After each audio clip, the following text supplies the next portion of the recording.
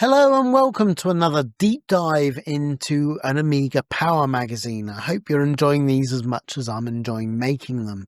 This is issue 2, so this cost a princely sum of £2.95 and came out in June 1991. And immediately looking at it, you can see there's some exciting games that gets reviewed in this episode. This issue, you've got Secret of Monkey Island. They talk to Peter Molyneux about Populous 2 and the game creation, which never got released, and teases about Switchblade 2 that also gets a review. But one of the things that immediately jumps out to you, this also comes with a complete free game, and sadly this was like the last time that they did it until right to the end. They do explain it caused a bit of an upset in the gaming industry that they were going to give a free game every issue, and that's why they stopped doing it. But what a game here. Let's take that off here. This is Kid Gloves 2. Awesome platformer. I really enjoy it. It's a real sort of like turn back to the past. The opening spread, this has 4 interesting games by Ocean. You have, first of all, PC Sims, a superior species, it says. And then it goes, world class, the most advanced software entertainment experience. And it shows you Sim Earth. And, this was an okay game, not one of the best of the Sim, but it was pretty amazing with the scope. You went from single-cell microbes to a civilization that can reach for the stars. I mean, there's a lot of scope there. The second game that they talk about is The Think Tank, where it's Battle Command is another arcade strategy game and is a lot of fun. Then you have The Right Stuff, and this is F-29 Retaliator being advertised here. So that's a great one. And then, not so good, Gun Law, which is Billy the Kid, is a 1 or 2 player action strategy game in the Wild West. And this is a pretty poor game, but it lets you play either Billy himself or his ex-best friend, sharpshooting, law-abiding pillar of the community, Sheriff Pat Garrett.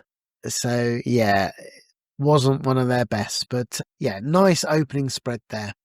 Then we get to the contents, and as I say, you can see there's lots of exciting reviews. Some of my favourite games like Hero Quest and Secret Monkey Island, Switchblade 2, awesome stuff here. So lots to be excited to with this issue. Then it starts talking about the cover disc and Kid Gloves, and this is a really, really fun game. You play, as you say, Kid Gloves, and you make your way through the level. It's got fantastically bright, and it's a flip screen platformer, and it's quite 8-bit in its ideals, but with using every colour on the planet that it could.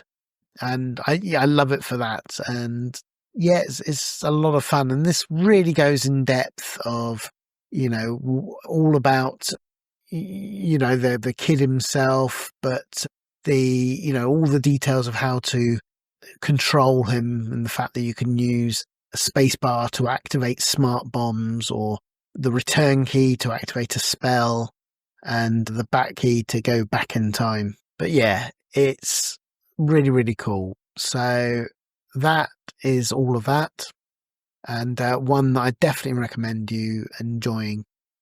Then you get a nice advert for PGA Golf Tour. That was, of course, reviewed in the last issue. And, the tagline is, if the idea of taking on 60 top golf pros seems daunting, that's par for these courses. And then it says, PGA Golf is no relaxing Sunday morning jaunt. Instead, it's you against 60 top pros of the US Tour circuit. A real tournament conditions of 4 of the toughest courses known to man. PGA Golf Tour assesses how your rivals such as Fuzzy Zola, Craig Stadler and Paul Azinger would have coped with each hole. Your relative successes or failures are then displayed on a constantly updated leaderboard and relayed to you by match commentator. To make things even more difficult, PGA Golf requires you to take into account both wind conditions, the lie of the ball on the green. Each hole is previewed for you in 3D, TV helicopter style.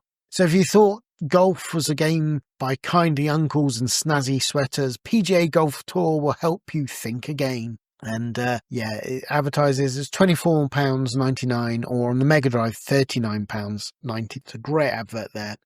Then we come to the news section, and the first thing they talk about is how Sonic is being released by Sega.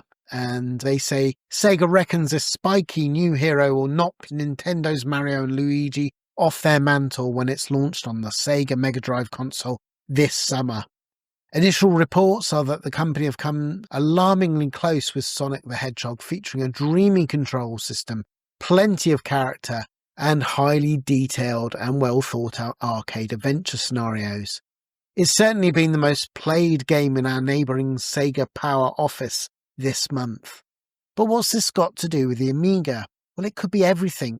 For rumour has it that US Gold has secured a licence to convert this potential blockbuster to the home computer formats.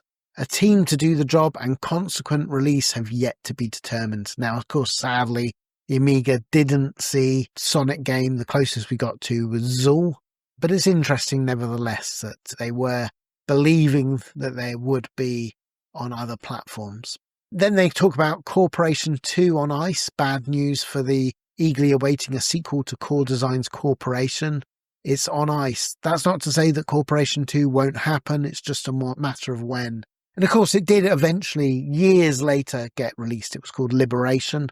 But yeah, it's sad that we didn't see it as early as we'd hoped.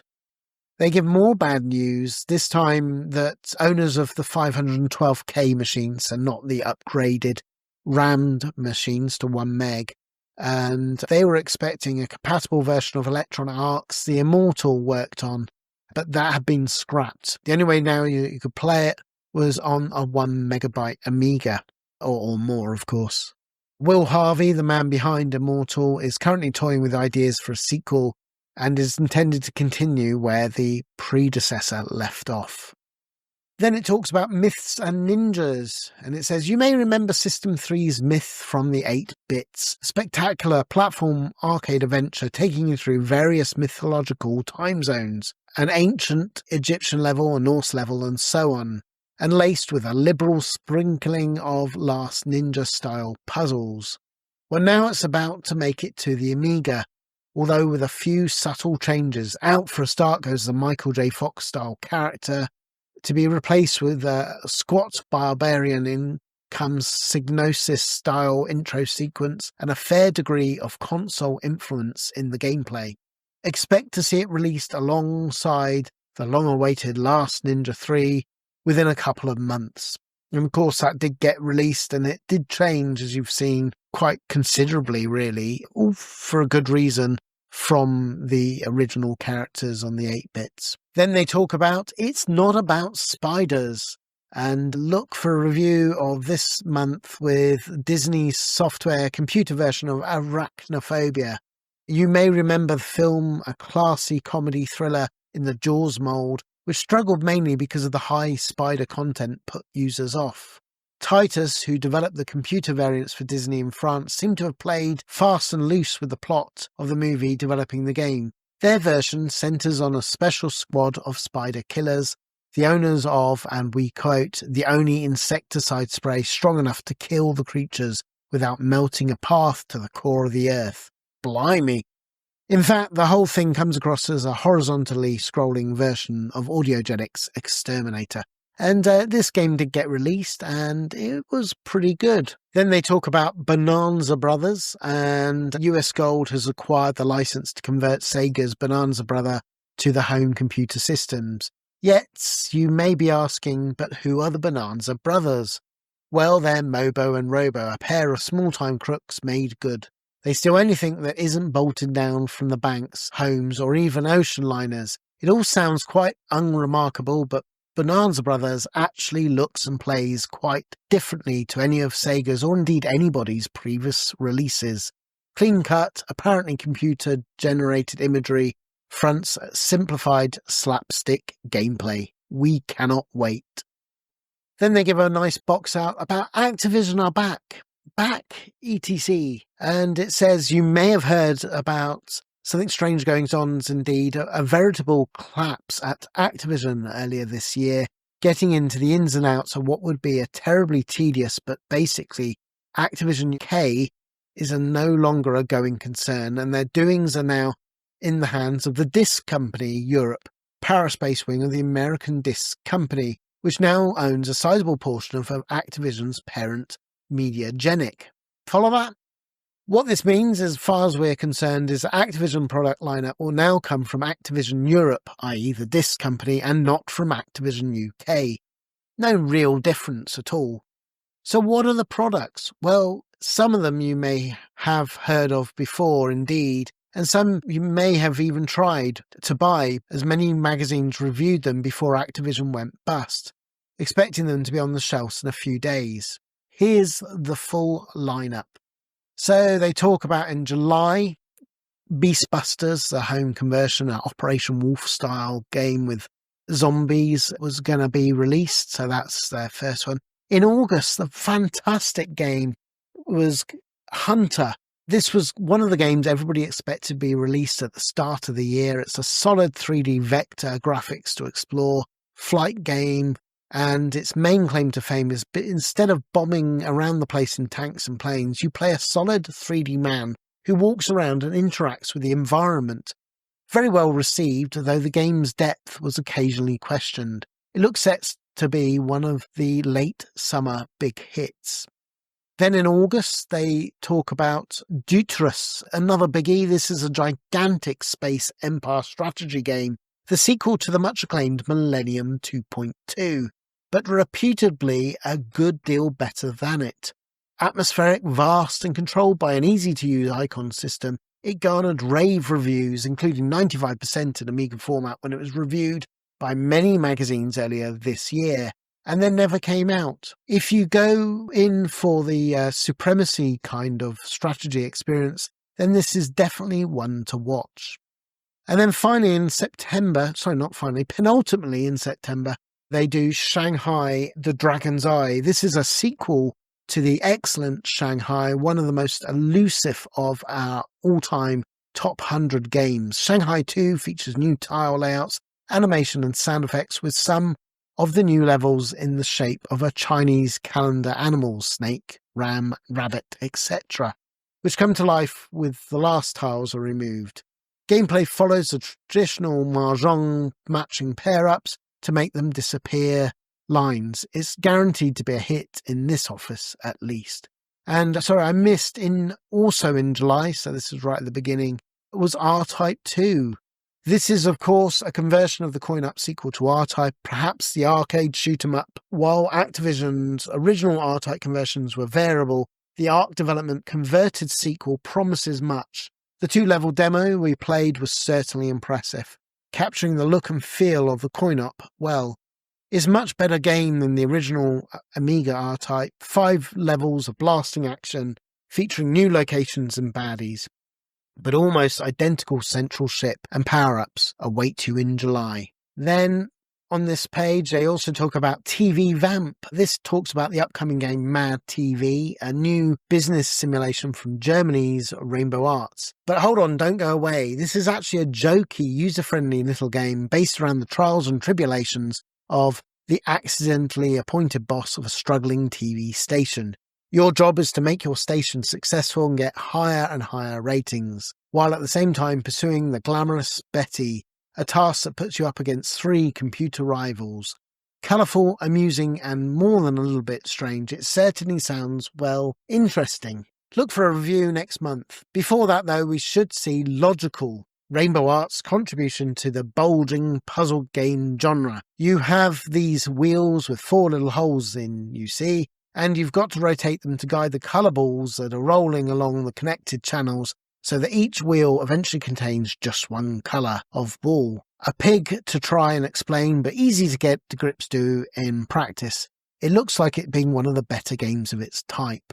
Then it talks about Mirror Image, outstanding range of budget releases, continues with Three Stooges, a slight but amusing Cinemaware graphical extravaganza, and yes, Xenon 2, the Bitmap Brother classic shoot-'em-up, for only £10.99. It has to be one of the bargains of the year. look in the release of May and full reviews in the next issue.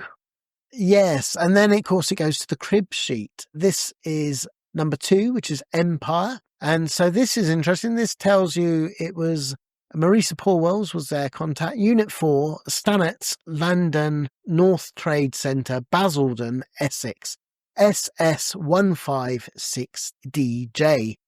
And, this was set up in 1989 by Simon Jeffrey and Ian Higgins by distributing French Titus products in the country.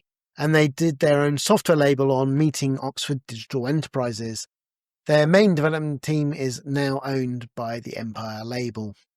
Affiliated labels is Titus, of course, the French arcade game-based label. Disney Software, also French-based. The US parent company has a contract with Titus. And Nathan and French educational software company. ReadySoft, a Canadian company, and American Paragon Software. It talks about the biggest successes. Despite the critical mixed reaction, the first Gaza football game, Gaza Super Soccer, did very well. Gaza 2, less so. They also cite Don Bluth's adventure Dragon Lair was number 1 on the Amiga charts for weeks, while Team Yankee, developed by ODE from the American book, was another big success. The biggest of the Titus games was, of course, Crazy Cars 2 by a fair way. Team Yankee is one of the ones we're most proud of, the spokesman told us. It's got very good coverage in the magazines and a good response.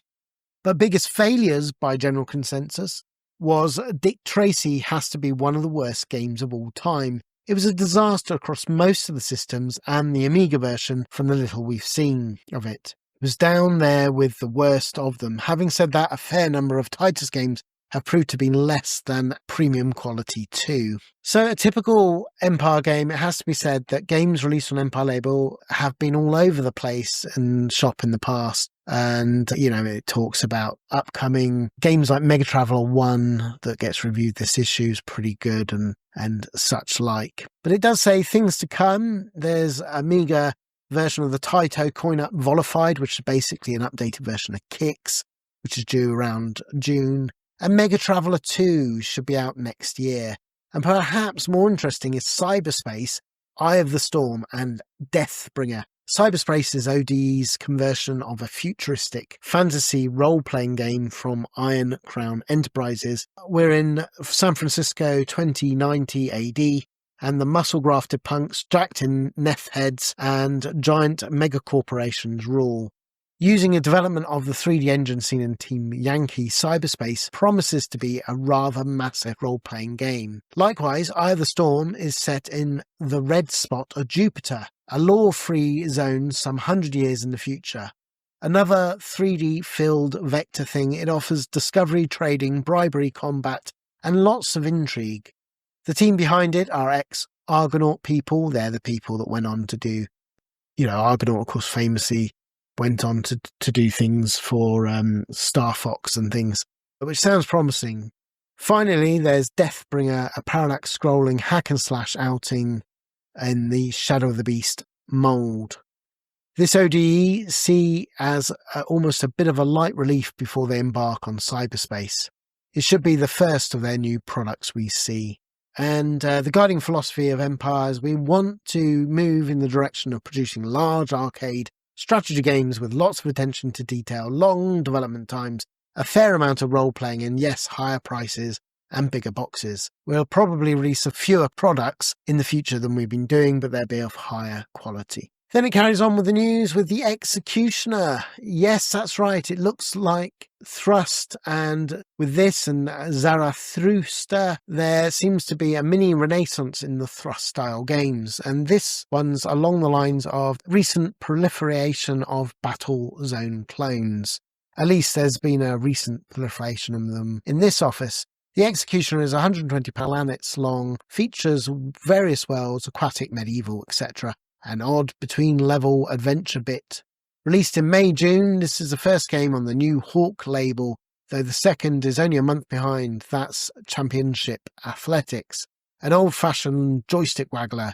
Don't say these are coming back too. Featuring pole vaults, discus and shot put, long jump and 100-metre and 11 other track and field events. It then talks about how Domark gets the ramparts. Yes, Domark has released the Atari Tengen coin-up conversion list for the coming year, and it makes quite a promising lineup, ignoring this month's Hydra, straight to June and the release of the oddly titled baseball simulation RBI2 via Domark's own development arm, the Gremlin. This is closely followed by the same team's conversion of a fairly so-so coin-up Thunderjaws. Both games I really enjoy. Coming in October, you'll get to grips with some sweaty geezers in Tech's conversion of the beat-em-up Pit Fighter. Apparently it's looking remarkably similar to the arcade parent.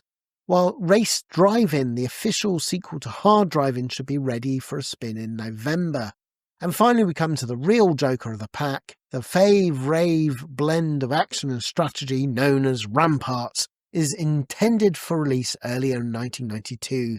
This, you may remember, is the game Bitmap Steve Kelly expressed admiration for last month, and whilst it's a cartoon war game style, maybe not to everybody's taste, it certainly will make an interesting conversion. Whether Domark has the license to convert Atari's latest oddity, the horseshoe throwing simulation Shoes, has yet to be confirmed. Well, no, they hadn't. It then talks about castles in Keep your eyes peeled for Castles from EA, one of the hits of the American CES show in January and potentially this year's Sim City. Apparently it's all to do with building, defence and management of, yes, castles in oldie Britain. More news on the Amiga version, which is due later this year. And we get it. Free Jeff Minter. Jeff Minter has a new Amiga game, but you won't be able to buy it. Don't fret. This isn't bad news. In fact, it's the opposite. You see, Llamatron, it is known, is a shareware game. You can get it for free. All he asks is that you like it, you send him a $5 and return. He'll bung you another game, The Ancient Defender, like Andy's Attack. Llamatron itself is a clone of the Williams classic coin-up, Robotron, top-down view, single-screen, mega violence, you know the sort of thing. Pictured is the ST version. The Amiga one is due shortly. Ring Llamastroff on 0734 814478 for details. It then talks about Audiogenic's sports action range.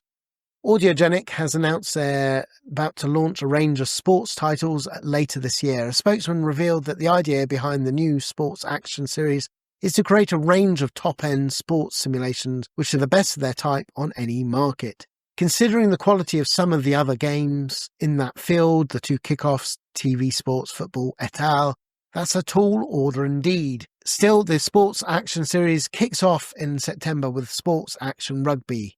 Its release coinciding with the Sports World Cup. It's being put together by veteran developer Denton Designs, who recently completed Wreckers, also for Audiogenics. However, and slightly confusingly, cricket lovers won't have to wait for a sports action simulation of their favourite pastime from Audiogenic. Indeed, this month should see the release of Graham Gooch's World Class Cricket, which uses television-style presentation and features shadows which alter according to the position of the game's sun. Written by Gary Gray, it is one we should have a review of next issue. And that was a fantastic game. And then finally on this page of the news, before we get to the quiz and the oh dear section, Monkey Island 2, Guybrush Threepwood, it's Guybrush Threepwood, etc. See the review this issue. Fans, and that includes this magazine, will be pleased to hear you won't have to wait long for a sequel. The Secret of Monkey Island 2, it should be out in early 1992, not the end of the year. The second swashbuckler sees Guybrush taking the revenge-bent brother of the evil pirate ghost LeChuck, dispatched by Guybrush in the first game. New characters and new islands to explore and join the old favourites. This has no leapfrog into the most looked-forward-to position as far as this office is concerned at any rate. Then talks about the oh dear section. I love these. These are when they lambast a terrible game. And this time they've chosen Ghostbusters 2. And it says, continuing the series in which we were gratuitously horrible to some of the great software atrocities of our time.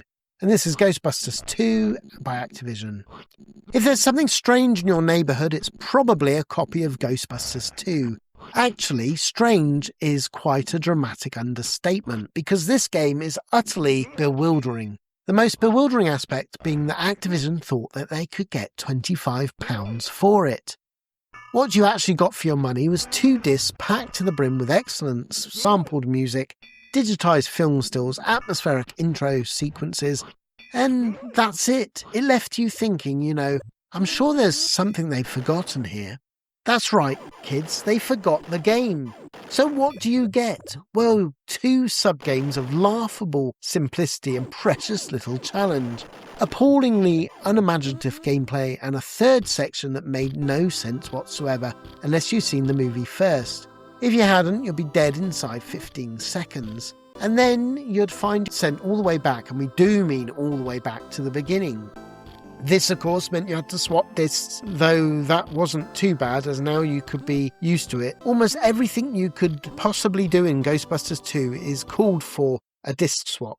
Even getting killed on the very first level, and the playing time to time spent buggering around with these disc ratio was so completely ridiculous that some people thought they'd been sold a demo version by mistake. Mind you, there were people who said that this was a great film conversion because the movie was totally useless as well, but it wasn't much comfort to anyone who spent money on the thing. A disgrace.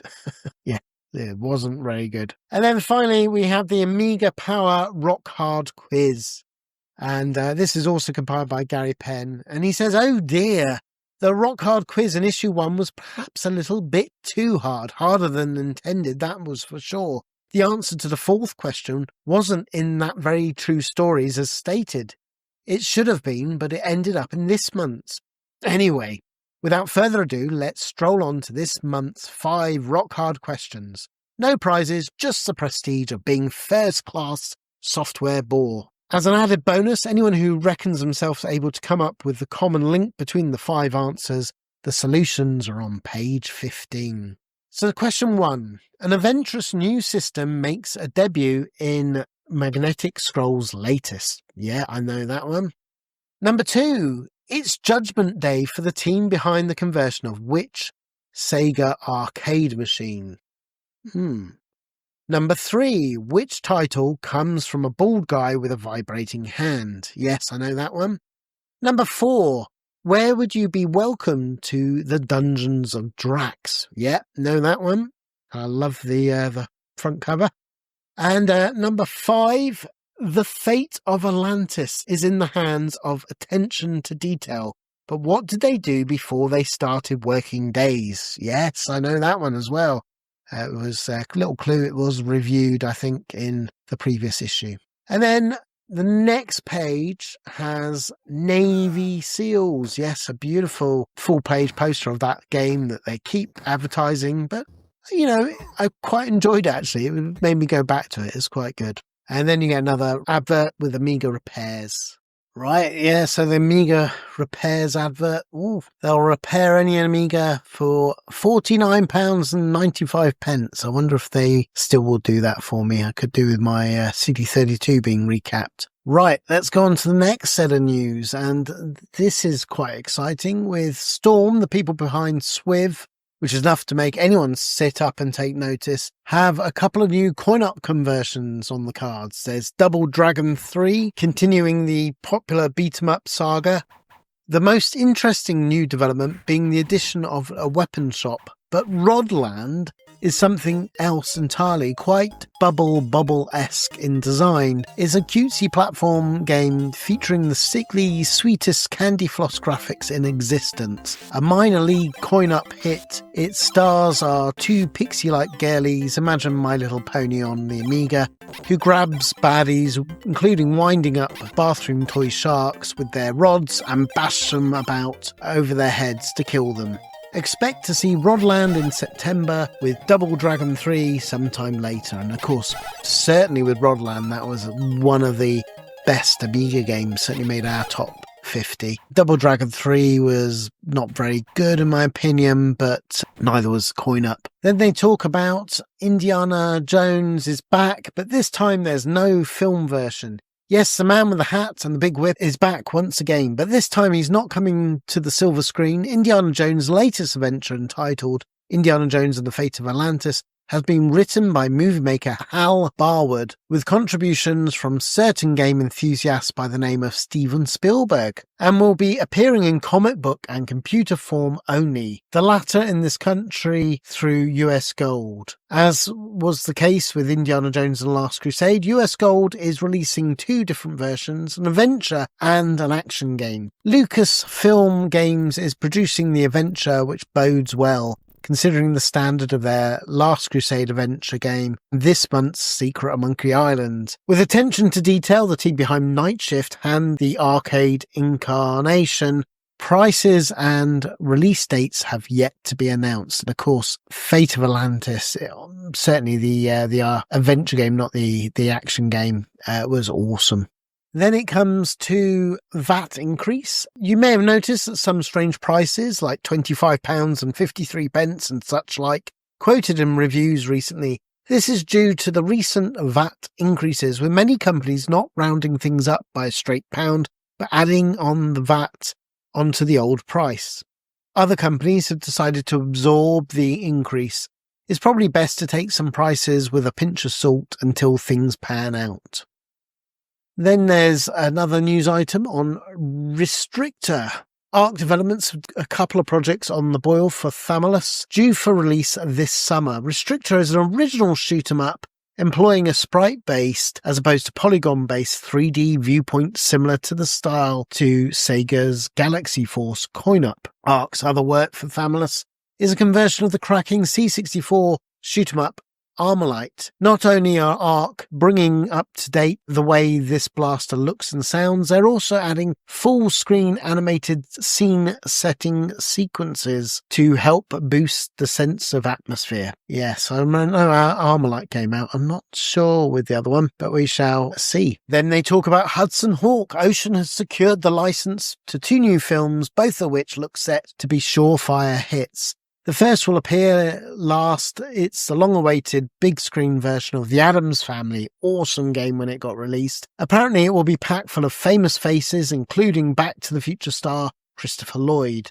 Further details of the game have yet to be confirmed. There is, however, more information about a second license, which is for the new Bruce Willis flick, Hudson Hawk. What a turkey that was, but I do love Hudson Hawk, the film. The die-hard heartthrob is responsible for the story and also plays the lead role under the direction of Michael Lemon, Heather's Meet the Applegates. The story has been that Hawk is the best art-inspired cat burglar there is, but now he's gone straight. However, various unscrupulous people want Hawk to steal the plans to Leonardo da Vinci's alchemy machine. He agrees, and a manic mixture of action and near slapstick comedy ensues. The film is due for late summer, with Ocean's in-house team developing the game for some time later this year. Then talks about the answers to the quiz. So if we can remember what the quizzes were, question 1 was an adventurous new system makes its debut in Magnetic Scroll's latest. And of course, the answer is Wonderland. So I definitely got that one. Number 2. It's Judgment Day for a team behind the conversion of which Sega arcade machine? Now, I was confused with this because Judgment Day I was thinking Terminator 2. But actually, it is Golden Axe is the answer to number 2. Then we got the question to number 3. Which title comes from a bald guy with a vibrating hand? Popular with the ladies. Yes, I got this one. It is, of course, Hammer Fist. Then number 4. Where would you be welcome to the Dungeons of Drax? Yes, I got that one as well. And it is Barbarian 2, the Dungeons of Drax. And then finally, question number 5. The fate of Atlantis is in the hands of attention to detail, but what did they do before they started working days? And the clues in there, and of course we just mentioned it as a news item. but I had got it before that. It is, of course, Night Shift. Oh yes, and the link between all 5 is they all feature heroines in the game that you can play. So there you go. Then we come up to the Amiga Power Recommends section. So after a bit of healthy discussion, here are our choices for the best games of last month. So they've chosen Chuck Rock by Core Design. The lovely graphics and more neat touches than you'll find in a big bag of really neat touches make this platform game with imagination one of the most lovable ever. Character is what separates Chuck Rock from the also-rans. It's got tons of the stuff and it plays beautifully too. Worth buying just for the sampled Unga Bunga vocal. They also recommend Cybercon 3 by US Gold. If you've only got enough money for one Amiga game this month, this is the one to get because you'll be playing it for the rest of the year. It's huge, slick and tough, and it creates a whole world inside your computer. Just don't get carried away and mix it up with a real thing, or you could get yourself into quite a lot of trouble for shooting up government installations. Then they also recommend Eye of the Beholder, US Gold as well. It's a dungeon master the way it should have been done in the first place, and it's definitely the most accessible Dungeons & Dragons game yet, even if you don't usually like that kind of thing. It's got an intuitive control system, blood-curdling sound, graphics galore, and there's lots of red in it. What more do you want? Blood? Well, it's got that too. Buy it. Then they also recommend Gem X by Demonware. What's that you say? You're fed up with all these which are just great? Well, you want a game to love? Well, your luck's in because you'll love Gem X until your hands fall off. The puzzle game itself is a good one, but the presentation is simply out of this world. Gorgeous music, perfect sound, speech that will make your heart flutter, and beautiful Japanese girls all wrapped up in fluffy cuteness. And of course, yeah, he's right with the music. It's done by Chris Hulsbeck and awesome. They also recommend Gods by Renegade. Don't believe the hype, they say, but do believe that this is a classic platform game with an awful lot of knobs on. The stunning metallic graphics, the innovative gameplay, and the whole brilliant atmosphere will keep you glued to the screen for a long, long time. It's not often that you find a game that you'll want to play all the way through to the end, but this is one of them. Yet another winner from the Bitmap brothers. And their final recommendation is PGA Tour Golf by Electronic Arts. Leaderboard ruled the roost in the world of Amiga Golf for many a year, but it was swept unceremoniously aside by the release of this, the definitive computer golf game. Loads of options, extremely slick presentation, every feature you could possibly want from a golf game, and some very finely tuned gameplay too. So there you go. And then we go on to the next page, and it's the Amiga Top 100 again. This has pretty much the same. This time Fantasy World is at number 1. Budget game, $6.99, and yeah, I think it's one of the best Dizzy games, so I can understand it being there. Then you have number 2, Speedball 2 by Imageworks at £24.99. Absolute classic, deserved 5-star they've given it. Then we have Lemmings by Psygnosis, also £24.99, and that's also a 5-star. That's at number 3. Number 4, new entry with PGA Tour Golf by Electronic Arts, and is £25.99, and they give that also 5-star, but without the red, which is just slightly under. Then Swiv continuing to do great. This has dropped slightly from 4 to 5, and it's done by Storm and £24.99, and also a 5-star classic. It's great to see it there. It's an awesome shooter. Final Whistle, the kickoff add-on by Anko for $12.99. Still there strong. It was 7 last month, but now it's number 6. It's gone up. And yeah, pretty poor DLC really, but it shows you the popularity of Kickoff before Sensible Soccer. A new entry was Viz, number 7, £24.99, and done by Virgin, and My word, I mean, I love it, and clearly loads of people love the Viz comic, and that's why the adult comic was so high on the list. Then finally at number 8 you have Forgotten Worlds. This was a budget release by Kix and £7.99.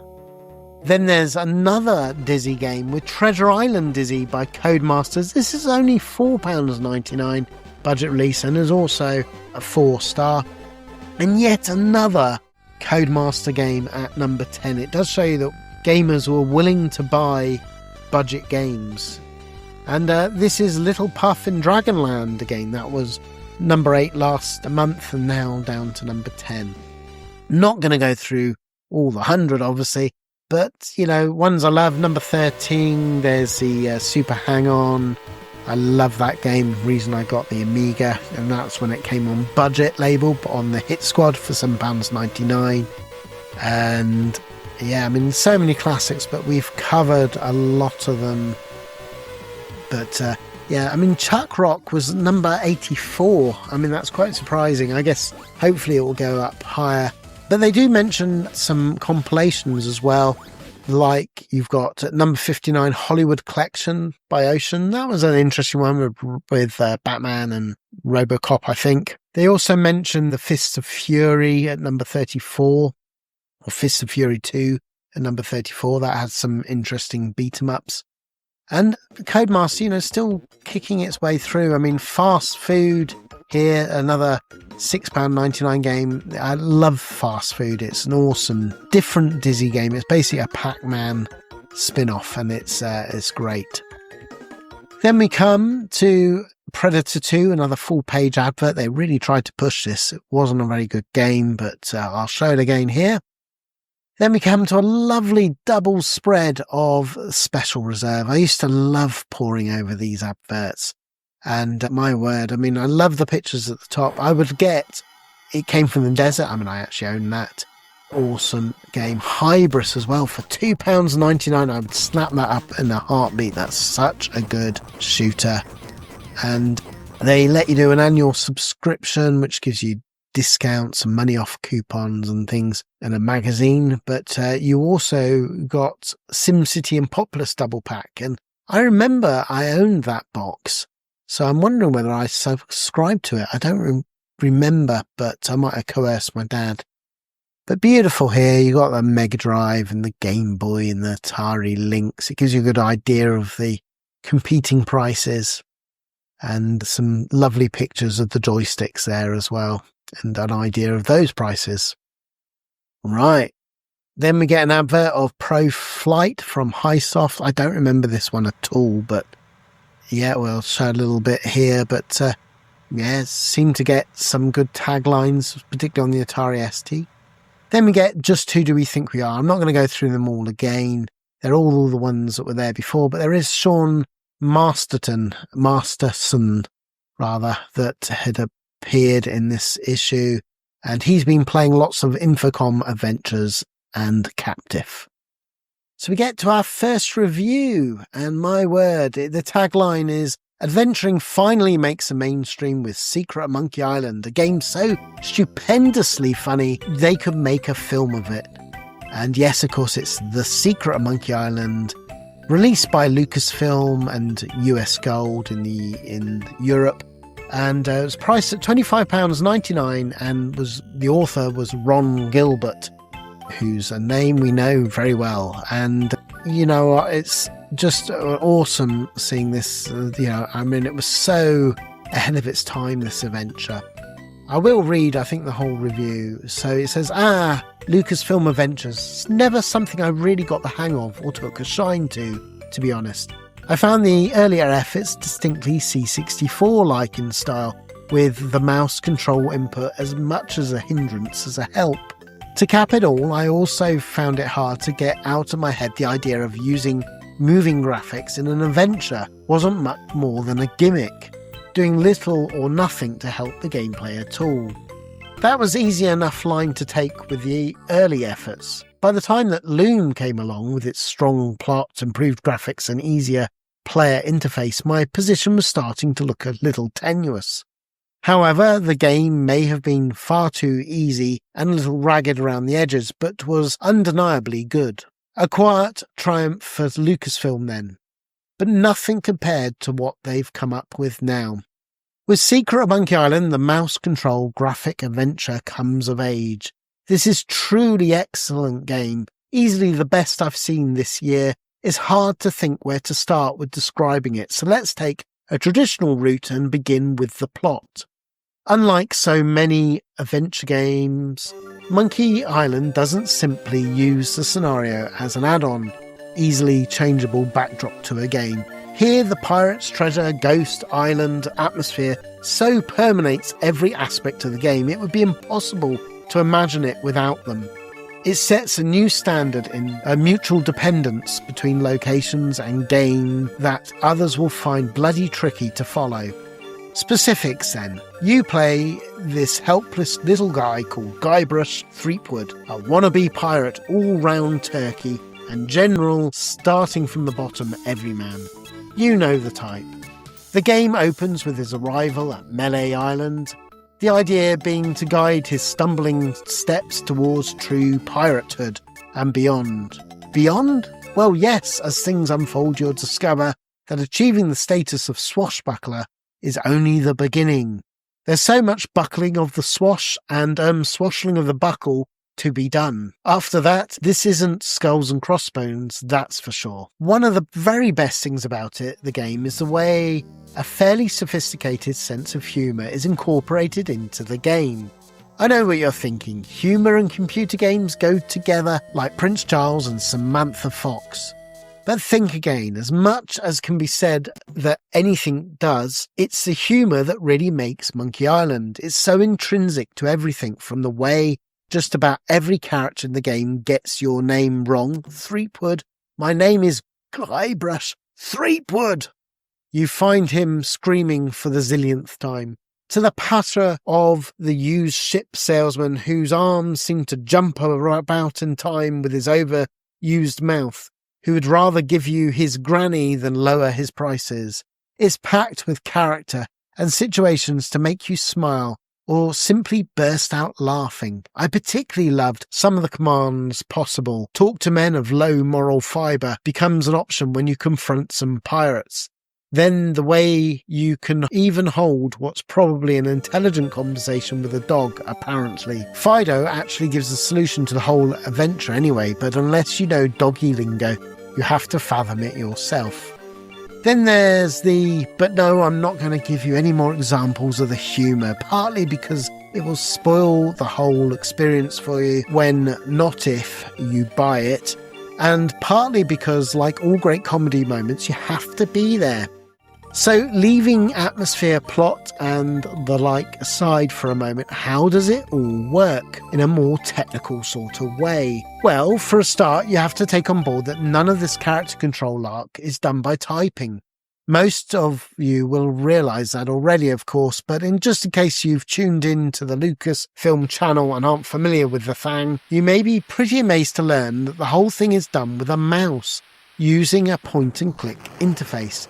This means at any point in time the computer will display all possible options on the screen, even when holding conversations with other characters. All you have to do is move the mouse onto the various possible lines on offer, then click the mouse and hey presto, your character speaks. It may sound a little bit limited, but in fact it's anything but, because these options are so context sensitive that the command system comes across as being very comprehensive, while at the same time splendidly smooth and easy to use. Lucasfilm have managed to find a compromise between fluidity and flair of rigid storyline and intelligent realism of more free-form adventures.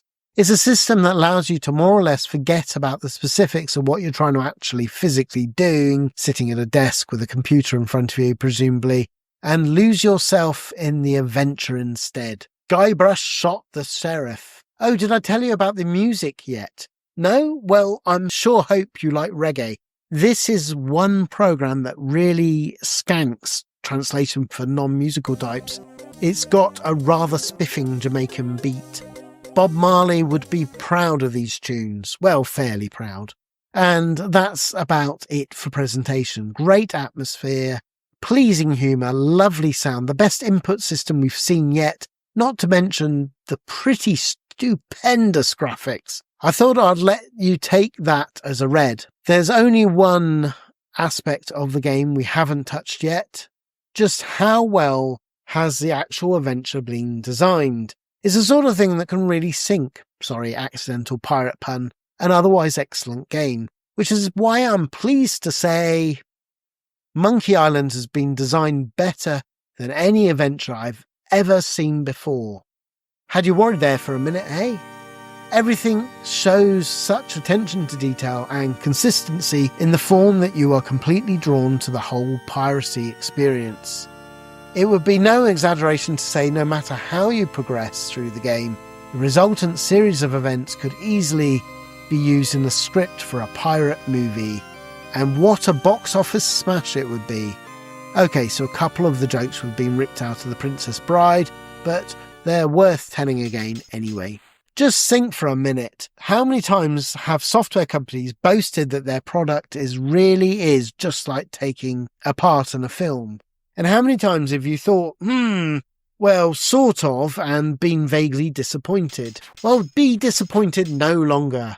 Here's the first game I've ever seen which really justifies such claims, even though, to Lucasfilm's credit, nobody's actually making any. We're not just talking about the screen displays that look as if they were done under the guidance of Ridley Scott, all eerie blues and arty angles either. It goes further than that. Move your guy and it'll actually react correctly to the 3D-ness of the scene. The camera panning all the while. And of course, the groovy music I've already mentioned actually changes to suit the scene too.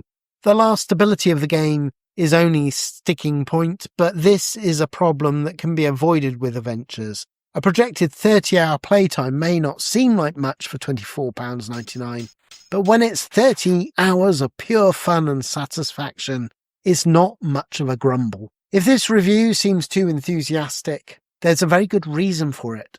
I can't remember the last time I enjoyed playing a computer game so much.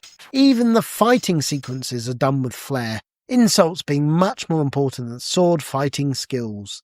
Forget all those milestone adventures, Zork, Hobbit, Lord of the Rings et al. For sheer enjoyment and general all-round perfection. Secret of Monkey Island creams them all in style. I just can't wait for the sequel, and that was reviewed by Mark Ramshaw. He puts on the uppers, it's taken 10 years, but the first truly accessible adventure is finally with us. Keep this game in a plastic bag because the atmosphere really does drip from it. Graphics, sound and plot, everything gels perfectly. His downers? Well, I can't really think for any, but except perhaps the sluggish way in which the parser scrolls and the oh-so-slow save and load screens. Also 1 meg required. His bottom line, though, is if you love adventures, buy it. If you don't, buy it anyway. In fact, even if you don't own a computer, rush out and buy your copy now and get yourself an Amiga while you're out. A ripping yarn and no mistake, and he gives it 90%. Then we get a lovely advert with 4 Hit Squad games, so these were budget re-releases. So first of all, we've got the fantastic IK Plus, and it says, undoubtedly the best, this was a Commodore user review, undoubtedly the best, an absolute must for fighting fans everywhere. An amazing scrolling background, new moves, including a spectacular backflip. Then they also have Predator, so also for $7.99 on the budget label. And the tagline is the Games Machine review, and it says colour and animation come into their own from the opening sequence. The game is professional and atmospheric. Then Lombard Rally is another one that gets reviewed, and it says you're on to a winner. And then finally Platoon. And this has ST Action review, and it says deserves to win as many Oscars as the film did. Buy it now. And the Games Machine ST version gave it 90%. But yeah, so interesting, $7.99 games on the Hit Squad. Okay, then we get Lords of Chaos. And the tagline says, by marrying aspects of his classic Laser Squad and the 8-bit cult game Chaos, Julian Gollop has produced a new slant on the fantasy strategy genre. This was, of course, done by Julian Gollop and Nick Gollop and Martin Beadle. It came out at £24.99 and was published by Blade. Now, this time I won't give the full review, but let's go to the end with it. He gives a quote here. My reaction has to be, is that all there is? He says, my only real problem with Lords of Chaos, this not much going on in this. As all other respects, it's a very well executed thing. The control system, while a bit clumsy to use, is very easy to get the hang of. At least you played Chaos, that is. But it feels like it would be simple to grasp for complete newcomers too. The graphics are clear and colourful, and it's easy to just dive in. Although you can set things up much more carefully if you want to try a particular strategic approach. There's a wide range of difficulty levels for experienced players, several different types of scenarios with different dangers and objectives, and the opportunity to build up your character over a number of games in the best role-playing tradition. In general, then, Lords of Chaos has a lot going for it. If you're more than a strategy purist, then you probably won't be too bothered by the lack of good-going bloodbath. There's enough depth to keep you engrossed for a good few weeks, and enough scope for tactics to ensure you never have to play the same game twice. All the same, it's quite hard to see just who this game is going to be bought by. It's still likely to be too arcadey for real wargame fans, and those who like Julian Gollop's previous efforts may well be put off by the aforementioned lack of any zapping, because of course it's only melee combat. I was really disappointed when I played this. I hoped and expected, on the strength of its predecessors, that this would be brilliant. And sadly, that isn't the case. For all the game's depth, I just wasn't drawn into it in any significant way. Lords of Chaos is by no means a bad game, but at the end of the day, my reaction has to be, is that all there is? His uppers, a big challenge and lots of lastability. There's enough in there to keep strategists happy for months. His downers, though, is it takes a painfully long time for anything very much to actually happen. His bottom line is well worth a look if you're a strategy or fantasy fan, but if you're a Laser Squad addict looking for more of the same, exercise extreme caution.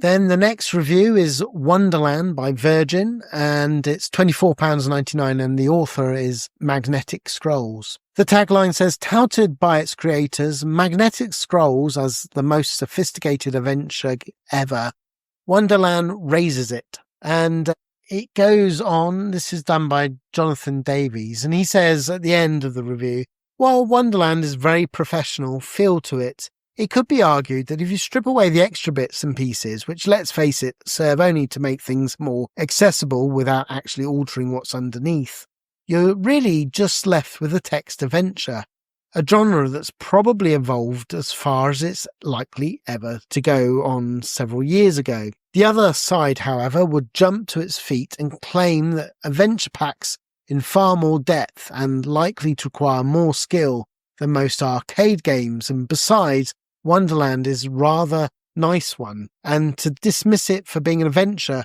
would be terribly close-minded. But what do I think, while admitting that the extra menus and windows, with the possible exception of the map, don't really add much? I did enjoy playing Wonderland enormously.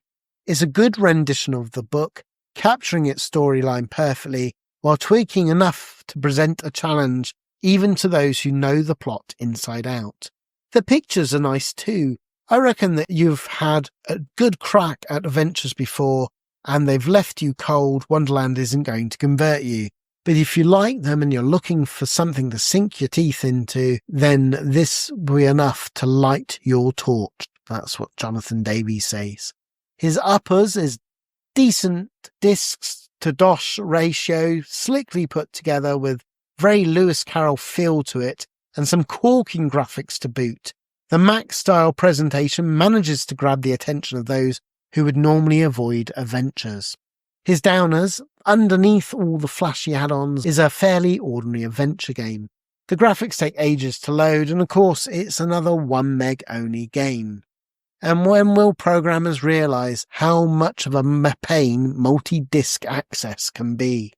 The bottom line is an atmospheric and cerebrum-bashing adventure game that isn't quite as innovative as it might lead you to believe, and he gave it 81%, a quite respectable mark. Then we get a double advert for the best Amiga magazine in the world, which is Amiga format. They were advertising issue 24 that was coming out at the same time for £3.95, and that included 2 free complete games on it. It had Archipelagus and Vaccine on it, which surprisingly made the top 100. It's almost like they knew that they were getting these games, wasn't it? But yeah, it's just very tacky little cool guy advert. Dead good. Yeah. Then we come to another review with Switchblade 2. The last word, the tagline is, the last word in Japanese arcade adventures arrives in the form of Switchblade 2. But, and this is a really weird bit, it isn't even Japanese. Yes, Switchblade 2 was published by Gremlin. It was £25.99. And the authors were George Allen, Paul Gregory and Barry Leach. He goes through all about that, he quite likes some of the effects and things. But then he gets to the final bit and he says, well, so what's wrong with it?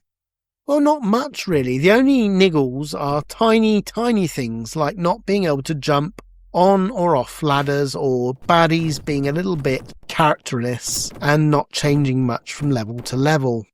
Then again, there are compensations like being able to shoot things that are slightly off screen, the natural and flexible jumping system, and the way you stop momentarily when you're going down a ladder and reach the floor level, which can be invaluable when you need to tackle a baddie with split-second timing. Generally, the feel of it is very well put together game indeed. It's very rare that you get annoyed by something that isn't intended to annoy you. There's enough frustration to make it addictive, but never enough that you become disheartened. And if Switchblade 2 was a coin up, I could quite comfortably say I'll be chucking money down it for quite some time. It's an arcade game in the purest sense. There's little thinking involved, but it's so nice to play that you won't even notice that your brain has atrophied. And what's more, it won't matter. Superb. That was reviewed by Stuart Campbell. And he says on his uppers, playability reigns supreme, but not at the expense of anything else. Sure to last a very long time indeed. His downers, however, is the end of level baddies are a bit of a pain in the unimaginative kind of way, and the in-game music to go with the sound would have been nice too.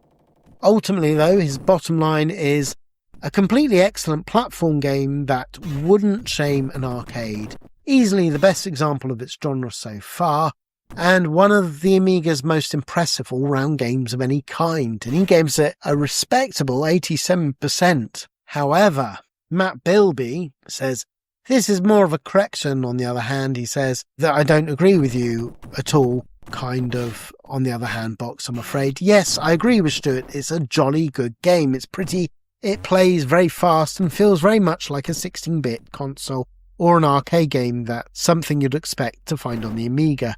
In fact, I'd even go too far to say that it looks a lot more like an arcade game than anything I've ever seen on an Amiga. However, I don't think it's particularly new or original or different, and this would knock the marks down quite a bit for me. It's certainly not clever or as interesting or as absorbing as Gods, for example, a game that's really grown on me since last issue, it has to be said. No, I'd call it a low 80 rather than high 80s and leave it at that. Then you get the most out of your Amiga, which is all sort of like showing you how to use things like desktop publishers and stuff like that. Then we get another review with Hill Street Blues. The tagline is, it may not be the most timely license ever, but Hill Street Blues triumphs in 2 important areas. It's true to its source, and it's actually a good game. And this came out by Krisalis for £24.99. And the authors were Rob Hill, Mark Insley and Simon Pashley. Now, I'm probably like the reviewer. I've never actually watched Hill Street Blues, so I've no idea of this game, but let's just read his final tagline. He says, "One for the Hill Street groupies." For all the nice touches, though, the game is the important thing, and eventually things do get a touch samey, possibly a limitation of police work format. Still, if you're a fan of the show, you'll probably jump at the chance to step into your hero's shoes, and similarity to the TV storyline will actually be a good thing. Krisalis certainly have to be congratulated on taking a brave, unusual, and true to the spirit of the source material approach to producing a TV license, rather than just another horizontally scrolling blaster, Operation Wolf clone, or whatever. This isn't a bad effort at all, and it has the advantage over games like SimCity and Railroad Tycoon in that everything happens on a much more personal level. So it's easier to get involved. I don't think it's quite as zippy enough to appeal to the range of every sort of game players like SimCity did, though as the initial mass of icons is just a little too off-putting for all but the dedicated GodSim fan. Hill Street Blues is a Jekyll and Hyde kind of game. On the one hand, it's well thought out, friendly, and on the other, it's demanding and sloppy. And it might as well be the case for many people, the bad points outweigh the good ones. Then again, the kind of people who habitually buy this type of thing to generalize things don't tend to be all that pernickety about programming finesse. And for them, it could be more than acceptable. If you're one of those people, this could be for you. Stuart Campbell. He gives on the uppers, he says, very strong in atmosphere and impressively true to the spirit of the source material too. An excellent and imaginative approach to an intriguing license. Downers, he says, slow and complicated. It can take an age to get into, not really very exciting. But his bottom line says, something of a minority interest perhaps, but rather well done all the same, and a laudably different approach to a license. If you fancy a policeman's populace, try this on for size. Right, then we come up to the next review, and it's 3D Construction Kit. And their tagline is, yes, we know it's not really a game, but it's got a game in it, and it can be used to create games without any programming knowledge. So we've reviewed it anyway. And there's a nice long review done by Jonathan Davies, but the final part of the review is 3D Construction Kit isn't perfect. The 3D graphics engine used to display everything isn't the most sophisticated system in the world. Cybercon 3 would dip it in Flash and wipe the floor with it. So things can slow down with a fair amount if there's a lot on screen. We're talking about 1 frame per second for the house, detailed below, and the manual doesn't attempt to explain any of the terms it uses. So once again, your imagination is called upon to do much of the work. Finally, and perhaps most ominously, there is the price. It's a lot to pay for anything, even something as complex as this, even if you have to think it's pretty hard before reaching into your pocket. These reservations aside, 3D Construction Kit is a pretty potent piece of software. Anyone with a reasonably large brain should be able to construct a marketable game without too much trouble at all. People with slightly smaller brains all will have plenty of fun constructing things and then exploring them. And people with really tiny brains could just sit and watch the video. There's something, because you got a free VHS with it. There's something for everyone, really. If you're into it, it's an investment that will really pay off in terms of enjoyment per pound, which may even make you a bit of cash on the side. Now, before I go into the sign-off box, I did forget to say, the reason he said about the price. So this was published by Domark. It was £49.99, and the developer was Incentive. So, I did love 3D Construction Kit, but my word, that's expensive. The uppers is everything you need to build your own 3D game. If the finished product is crap, you've only got yourself to blame. A free game thrown in. Its downers, the manual is inadequate, especially at this price. And that's another thing, ... And the bottom line is, if you're fed up with playing other people's games, this could be the answer. It's not for the faint-hearted or the faint-walleted, but it achieves what it sets out to do very well. So there you go. Then we got a lovely Xcopy Professional advert again, and the essential package for all your backup needs. Now includes a hard disk backup and file backup. And then it says the most comprehensive backup utility includes floppy disk backup, hard disk backup, and file backup. Also backs up ST, IBM, etc. disks. Checks disks for errors, optimizes data for faster loading, fast formatting, copies up to 4 disks in 48 seconds. Full update service available. It says Xcopy Professional caters for all your needs, including in the package as a small hardware interface that plugs into your external disk port at the rear of the Amiga, and an external disk drive, if you have one, plugs into the back of the interface. This allows the digital bit image copy mode to use adaptive pulse width modulation routines to back up virtually all known disks. Available now, only £39.99 plus £1 postage and packing. And then they say, the 1988 copyright, Siren Software neither condones nor authorises its use of its software for the reproduction or of copyrighted software. The facilities offered by Xcopy Pro are intended to back up users' own software. PD software, such other programs where permission had been given. It's illegal to make copies of copyrighted material without the permission of the copyright holder. So, it says Xcopy Professional was the best. Our guarantee at the time of purchase, if you can find a program that is more powerful than Xcopy Pro, we will refund your money. And then it gives like the number in Manchester where you can buy the product. I say I never knew anybody actually bought it, but everybody used it. Then we come to, this is another classic, another review. This time is Hero Quest. And it was published by Gremlin. It was £25.99. And the author was Michael Hart. The tagline says, Hero Quest took the board game market by storm with its innovative mix of standard gameplay techniques and role-playing. It was really only a matter of time before somebody realised it was a formula that would work just perfectly in a computer game format. So there's a lovely long review, but let's go to the end here. It says, lacking a sense of urgency. If there's a problem with Hero Quest, it's the single-player game can be a little bit dull, since there's no element of race against other players and no time limit. You can play the game very methodically and slowly, and so never have to put yourself in much real danger. A sense of urgency is always a good thing in a game, and unless you make things deliberately difficult for yourself by rushing around a place utterly recklessly, for instance, that's something that's missing from one-player Hero Quest. Playing jolly carefully then, I completed several of the more difficult quests on my first attempt, without having to be particularly clever. And this could result in the game having a rather limited span of appeal for many potential fans. That said, I didn't feel it was being overly cheated at all. There's a sufficient random element in the fighting scenes that you can never be sure you're going to win. All the same, if you're going to playing alone, I think carefully before you buy this game.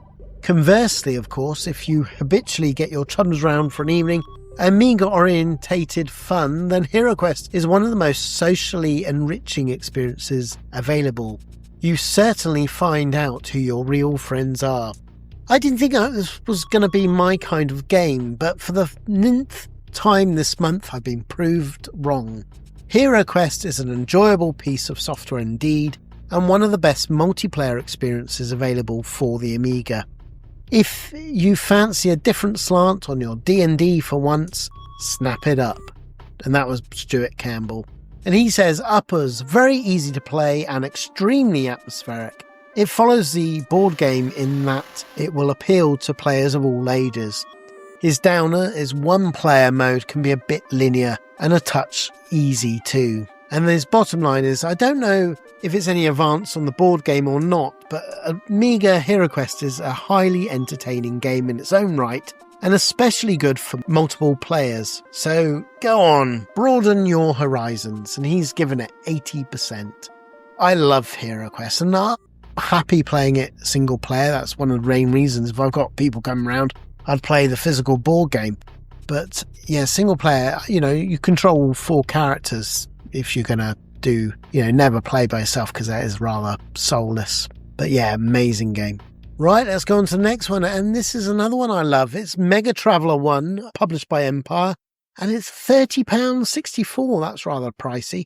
And its author is Stephen Green. And this was like an RPG. So let's have a look with... I'm looking here. So basically, this was a great RPG. I loved it. And maybe it shows its age now.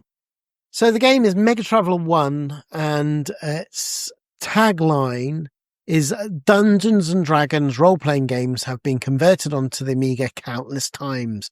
But now the not quite as famous Traveller makes the transition and manages to get even better in the process.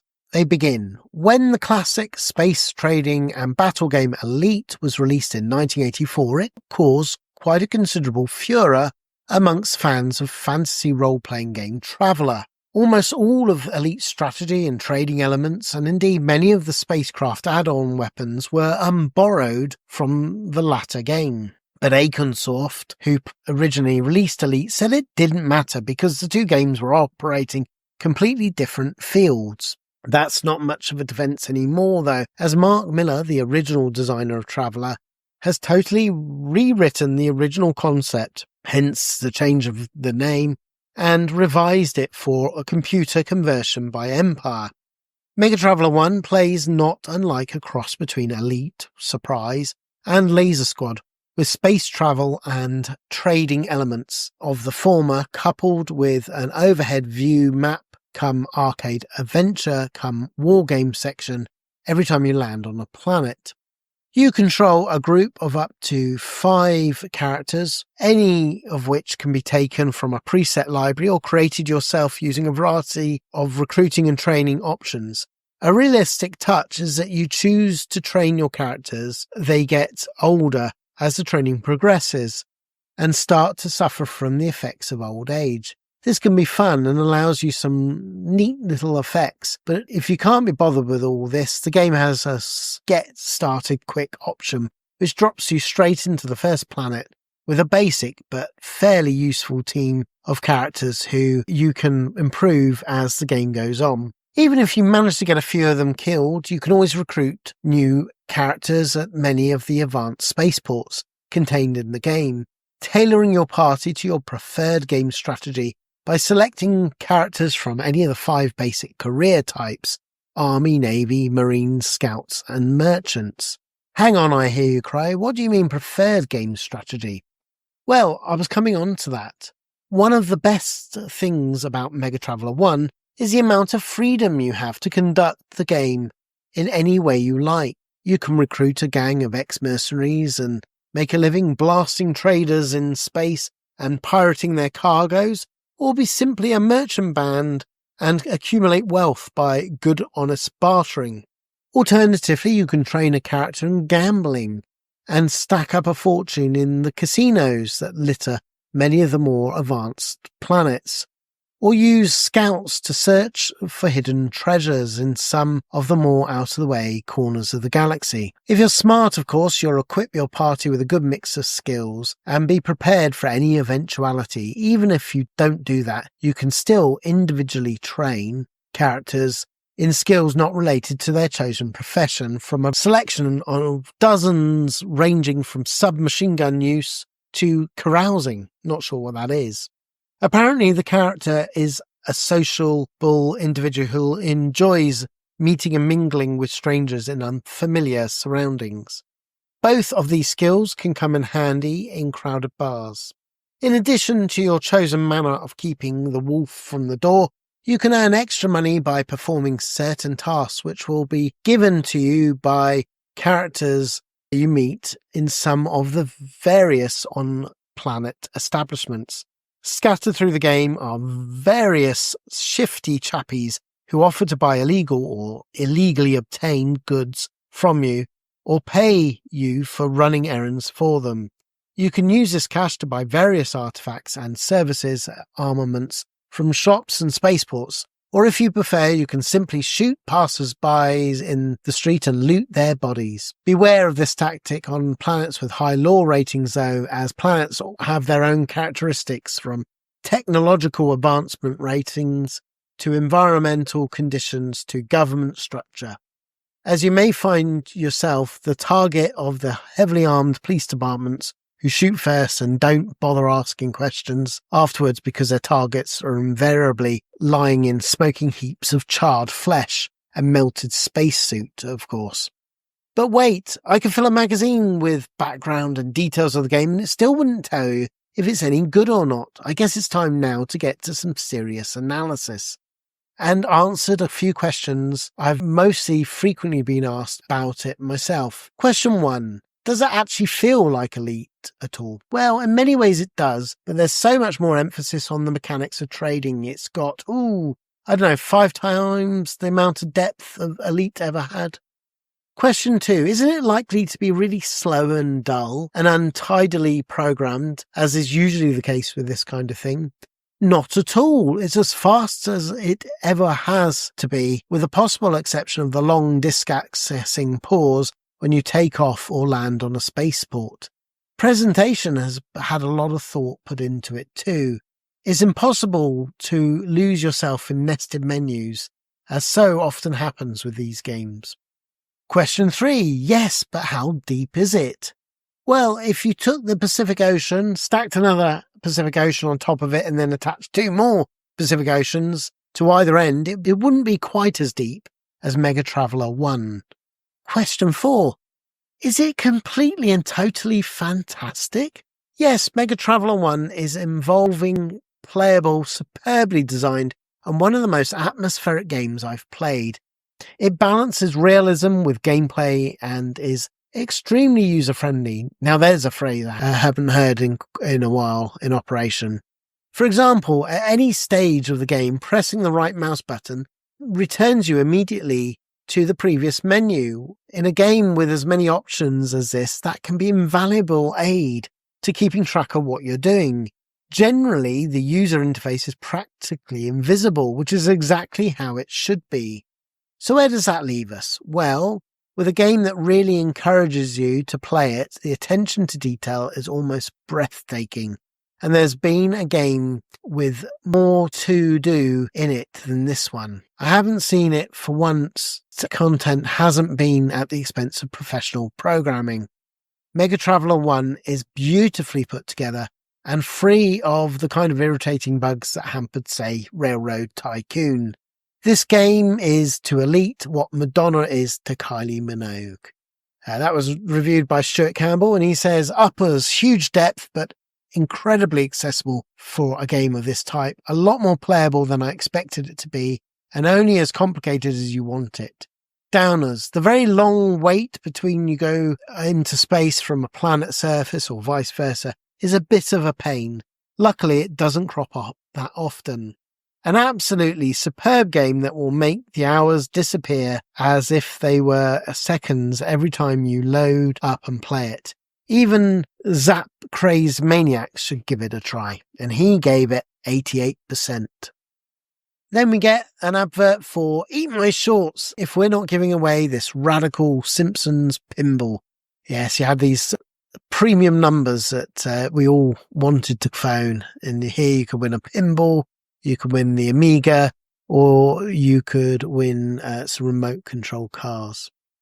Then they give another advert to their screenplay. This was a really good sort of like follow-on to the Tip Shop Tiptionary that your Sinclair used to do, and has lots of tips.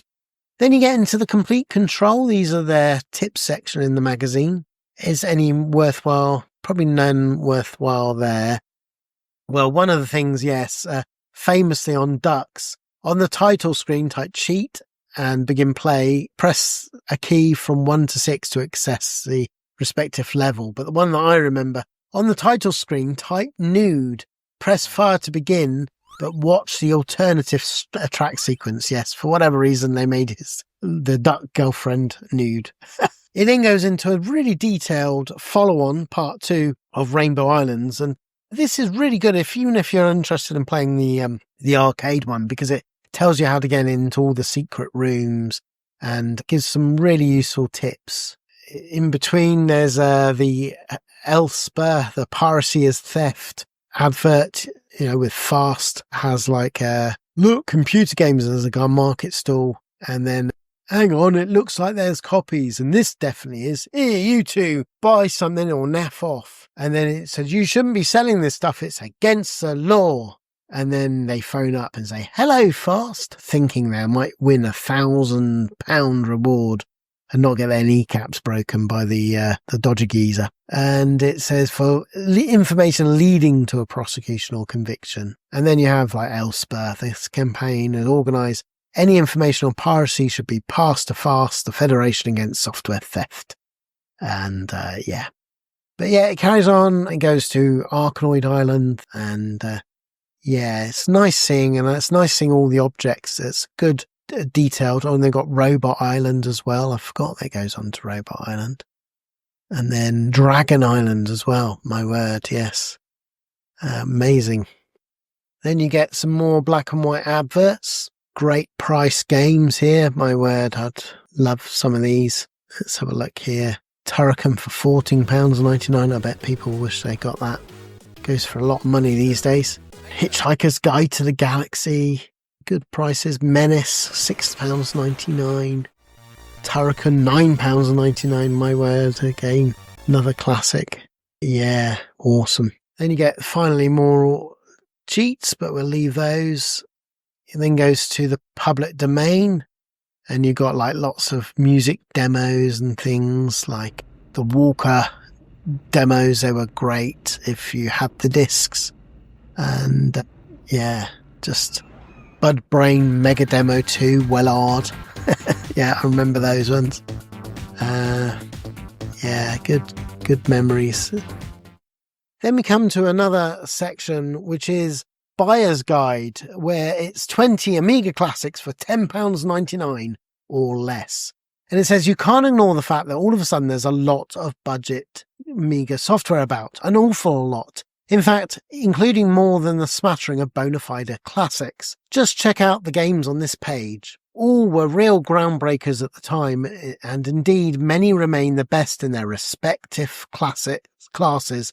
Even now, there's nothing else fancy about this piece at all. Just 20 or so essentially Amiga games that should be able to pick up for a song. They first mention Projectile. They say EA star performers. And they say there's lots of top 100 games available on budget. And here's another of them. Odd cross between air hockey, soccer and Speedball 2. Very, very fast. Easy to get your mind around and stunning fun with more than one player. You can have up to 3. It's a beautiful, simple idea which works, and they gave it 4 stars. Then they talk about Zany Golf. EA again and Star Performers and is the budget label. And then it says very limited availability on this one at the moment and for the foreseeable future. So if you see this one, snap it up. Zany Golf is great fun, packed as it is with oodles of ridiculous designed holes, especially fun when you're playing it against a chum too, but still absorbing as hell on your own, and they gave it 3 stars. Next, they talk about Super Hang-On, the Hit Squad, an ancient driving game, now perhaps, but ZZKJ's Super Hang-On coin-up conversion has been rarely bettered. It's certainly ridiculously fast and comes complete with enough bends, twists and bumps to send your stomach flying all over the shop. Simple thrills, perfectly presented, a purchase you won't regret if ever there was one. And they gave it 4 stars. Then they give Silkworm. This is on the Virgin 16 Blitz Plus label. And they say Swiv, Storm's unofficial sort of follow-up, may have recently driven home just what a limitation the unfair 2-player option is to this game, but Silkworm remains easily one of the best horizontally scrolling blasters around, ear-shattering explosions, some imaginative semi-organic looking enemy helicopters, and of course lashings of mega violence, and they gave that 4 stars. Then they talk about Rocket Ranger by Mirror Image. They say Cinema games tend to fall squarely into the love 'em or hate 'em category, and are more than most. There's no denying the stunning interactive movie graphics or the style of which the Nazis in space plot is developed. But equally, it's hard to find an answer for the slow-loading, insubstantial sub-game argument. Opinion is split on this in the office. Gary loves it, Stuart hates it, and the rest of us show differing degrees of grudging respect. Still, even the most dedicated of doubters would have to agree that this is A, one of the best of its type, B, worth a place in any collection. Indeed, at this low price, there's a convincing argument to say it's worth the dosh for the stunning visuals alone. So they gave that 3 or 5 stars, depending on who you ask. They give it, but not red 5 stars. Then you get Carrier Command, also by Mirror Image, and one of our all-time faves. Carrier has to be a first choice on any shopping list. Vast and packed full of things to fly and do and see. It trailblazed the tiny genre all on its own. Not the strategy wargame flight shoot 'em up thing, not quite as user-friendly as it should be. The icon controls take some getting used to, but Carrier remains a stunning achievement. You may find it almost impossible to finish, but it's exactly the sort of game that'll encourage you to try anyway. And they gave 5 stars, but in red, meaning excellent. Then they give Gauntlet 2. This is in the Kicks budget label, and it says, I remember playing this when it came out and loving it. There's a little 4-player joystick adapter thingy you can get, which makes it incredible fun with a handful of pals, and all 4 of you running around fighting over the limited supplies of collectible foods and attempting to run off and leave one player behind. Lovely little sampled voices add to the atmosphere. It's one of the most social computer games going. Then they talk about Power Drone, and they say this is an EA Star Performer budget label, and they say an odd sort of filled vector graphic 3D air racer thing. Power Drone is quite interesting, if perhaps a little bit flawed. Quite neat in principle, fast and packed with lots of options, but somehow the gameplay doesn't feel quite right. Still worth having all the same, and they gave it 2 stars. Then we get to the next one, and the next one is IK Plus, the Hit Squad, and it says, a bit dated looking now, partly because it's hard to take any single screen beat 'em up seriously these days, but I think some of the beat 'em ups coming down the line might disagree, but System 3's amusing 2-player plus extra computer opponent romp still prompts a few smiles. Certainly, if you're in the market for a straight beat 'em up, this is the one to get, and they gave it 4 stars. And then finally on the top, for the first 10, it's another EA Star Performers, and it's FA-18 Interceptor. They say flight sims come and flight sims go, but Interceptor just sits there quite happily and smiles. If it doesn't quite see off all corners, it's at least one that they all compare themselves to. Quite an achievement for a game this old. Lots of external view camera options, some lovely fast 3D, and a decent level of user-friendliness. Plus, a choice of 2 planes you can play, the F-16 Falcon 2, if you prefer, add up to some game. A fine sim for beginners and experts alike. And they gave that 5 stars, in red, so the highest of being excellent. Then we come to the next 10. You have Buggy Boy. Oh, I love this. This is on the Encore label. The graphics may look a bit on the primitive side these days. We prefer cartoony, but Buggy Boy, with its flag collecting, obstacle jumping action and fair old turn of speed, remains a minor league classic. Having said that, if you're in the market for a cheapo driving game, we'd go for Super Hang-On for sheer quickness. But every time, or at least we think we would, Buggy Boy sheer lovability does have its horrible tendency to tip the balance back in its favour. They only gave it 3 out of 5 or 6.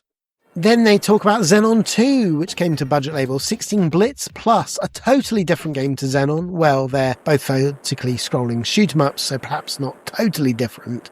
This is truly stunning audio-visual feast, with still perhaps the game you'd show your friends to prove what your Amiga can do. The slightly annoying wait while the gorgeous shop sequence loads aside, this does what sets out to do almost perfectly.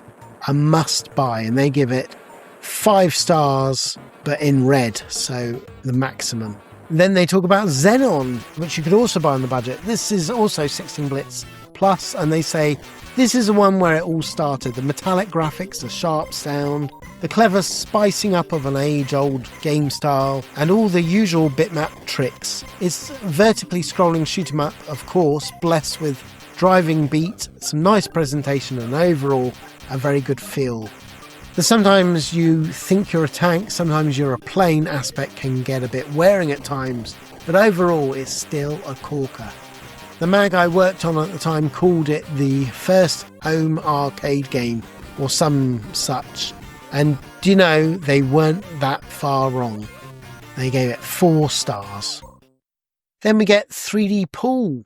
They say, just imagine you're playing a game of pool. Now imagine it on a computer, and here it is. Okay, I'll write a bit more about it. It's got lovely sharp graphics, smooth animation, lots of computer opponents, oodles of options, and opportunity to view the action from about any angle you like. It's a bit of a corker, all things considered. They gave it 3 stars. Then they come to Flood, which, they didn't seem to like the other day, but now they do. They say EA star performance, rather darker than the average cutesy platform game. Flood was one that first showed Bullfrog couldn't just do epic strategy, god sim type games. In fact, to date, it's about the only game to show etc, etc. Featuring puzzles, passwords, the ability to cling to walls, and an awful lot of water, it's a game that's not afraid to totally muck about with the traditional limitations of its type, and a true minor league classic to boot. And they gave it 5 stars, but black, not red, so nearly there. Next we go on to Driller. This is Kicks, and it's Freescape. Love it or loathe it, you'll be hard pushed to say you had a complete software collection of it. Didn't at least include one of these revolutionary filled 3D graphic adventure game thingies in it. Driller was original, featured lots of puzzles, lots of zooming about the place, and lots of, everything really. It's exciting too. Or at least it is if you're the sort of person who gets heavily embroiled in this sort of stuff. It may have been done quite a lot better since. The recentish Castle Master springs to mind immediately, of course. But Driller remains a classic Freescape. There's ridiculously more than £7.99's worth of entertainment locked here. Then they give Arkanoid 2. Arguably inferior, or at least no better than the original Arkanoid conversion, Arkanoid 2 is at least still available. You can't find the first game now for love nor money. You can't really go wrong with these baton, brick and ball things at the worst of times, and Arky 2 takes the classic breakout gameplay, adds some new twists, chiefly lots of new aliens, some snappy graphics, an easy to operate control, far better than the coin-up paddle arrangement, and plenty of style, and they give it 4 star. Then they give Speedball by Mirror Image, and they say simpler than the stunning Speedball 2 and operating on a smaller pitch. The original Speedball remains quite an incredible game in its own right, drawing inspiration from American football, rollerball, and countless mega-violent 2000 AD strips. It rattles along at a fair old pace. Real end-to-end action, this. Echoing perhaps the feel of a 5-a-side rather than a full pitch effect of its big brother. Like most sports games, it really steps into an overdrive in the frantically fast 2-player mode. Typically pretty metallic graphics and the icing to what has become a classic slice of bitmappery, and they give it 4 stars. Then you have World Class Leaderboard by Kicks. It might have just been roundly trounced by PGA Golf Tour, released last issue, but World Class Leaderboard remains a stunningly playable golf game. Once you got the hang of the power and the chip slice controls, playing it is a doddle. Though there has to be said, doing well it isn't. There's not much else you can say about it really. Well, not without these 3 pages to explain every last detail. Except to say that it works exactly as you expect golf on a computer should. And they give it 4 stars. And then finally on this, they talk about Forgotten Worlds by Kix. Slightly tricky to control, perhaps. Your little flying men sort of rotate their guns around at all angles, which takes some getting used to. But a fast, stylish blast nonetheless. And the game that seemed to trigger a sort of renaissance in the standard of US gold coin-up conversions. Slick, atmospheric, post-apocalyptic fun. And they gave it 3 stars. Then we get some more adverts on the Action Replay Mark II version, which, £59.99, or if you had an A12000, £69.99. And, I know it was used to do a lot of hacking, but it also let people sort of like see the code and things like that. So it was useful for people, or putting cheats, of course. Then you got a high-speed duplication system, which is a way of recording data electronics. Then we come to Bitmap Brothers, a big interview with them, and ask someone to name a programming team that invariably come up with the bitmaps. Ask them to come up with the second famous team though, and answers may vary a bit. Some of those with long memories may mention Jez Sans Argonaut Mob. Others might plumb for assembly line or core. Chances are though, most will pick out Bullfrog. They may not wear shades and stare meaningfully in middle distance, but they have developed a distinct, recognisable style, this 3D isometric, for want of a better, God Sim stuff. It goes into a lovely interview with them. It talks about the never-released game that Glenn Corpse was working on with Creation. And, there's some nice quotes. Playtesting is proving to be the most important parts of developing Populous 2, they say. It then goes on to If I'd Known Then, and this time it's Eric Matthews, he of Bitmap Brothers fame. And Eric Matthews has quite a few classic computer games under his belt. The specky version of Scalextrics, bits of Monopoly on the Amstrad, ST Karate for Eldersoft, the list goes on. Then he met Steve Kelly, the legendary name behind games like Scions, Checkered Flag and Matchpoint.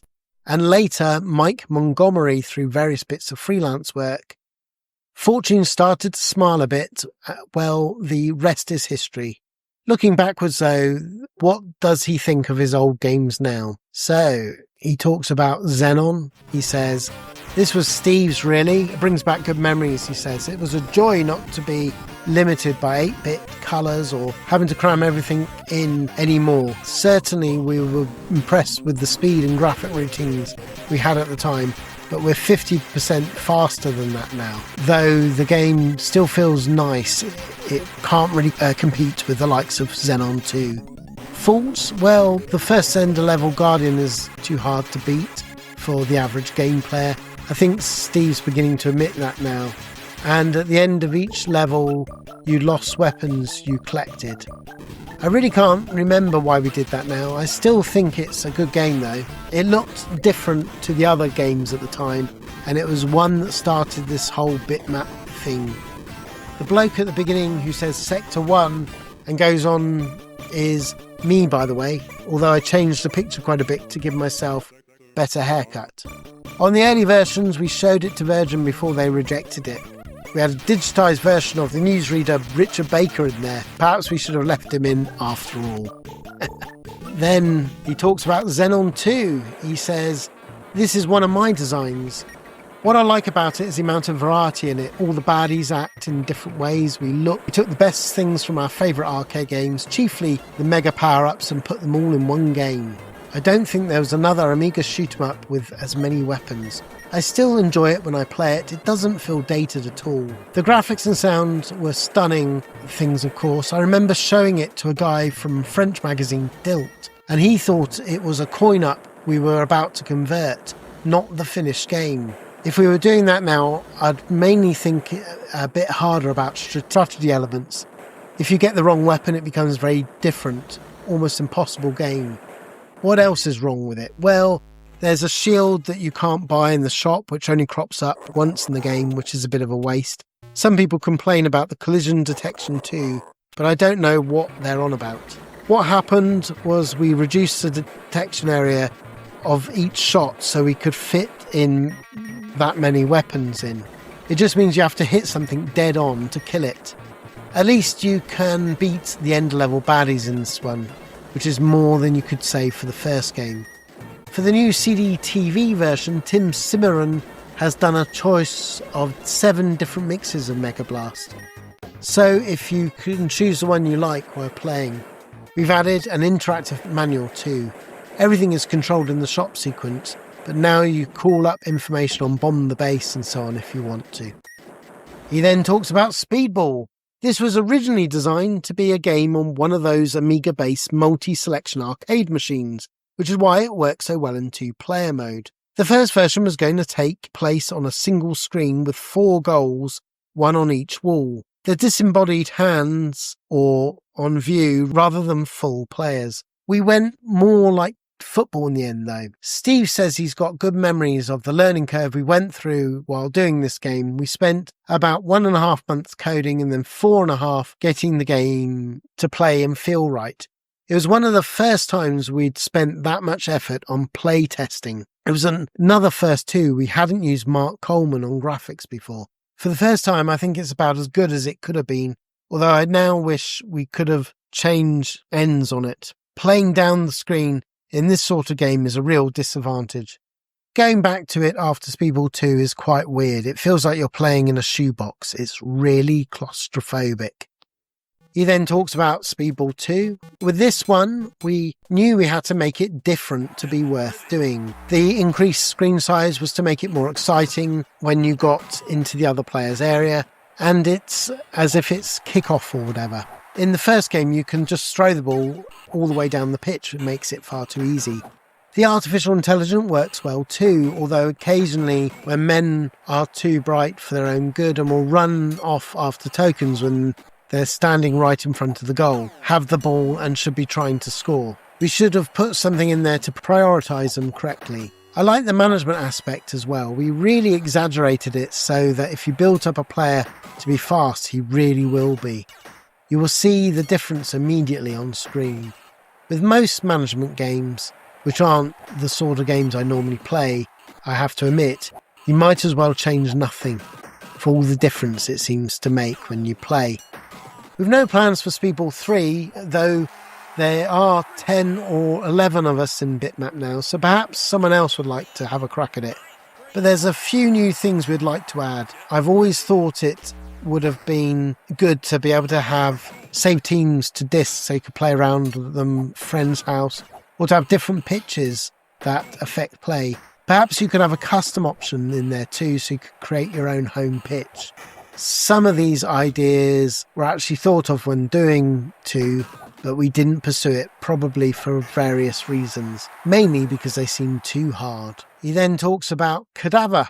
He says, this one was down to Steve and Phil Wilcox. We used isometric 3D because it's the best way to get real interaction without using 3D vector graphics. What we were aiming for was the complexity of text adventures, but working graphically with direct interface between player and game. Lots of varied puzzles, some logic-based, some very arcade-like, with lever pulling and so on, and none of this train-spottery, complicated role-playing rubbish to get in the way.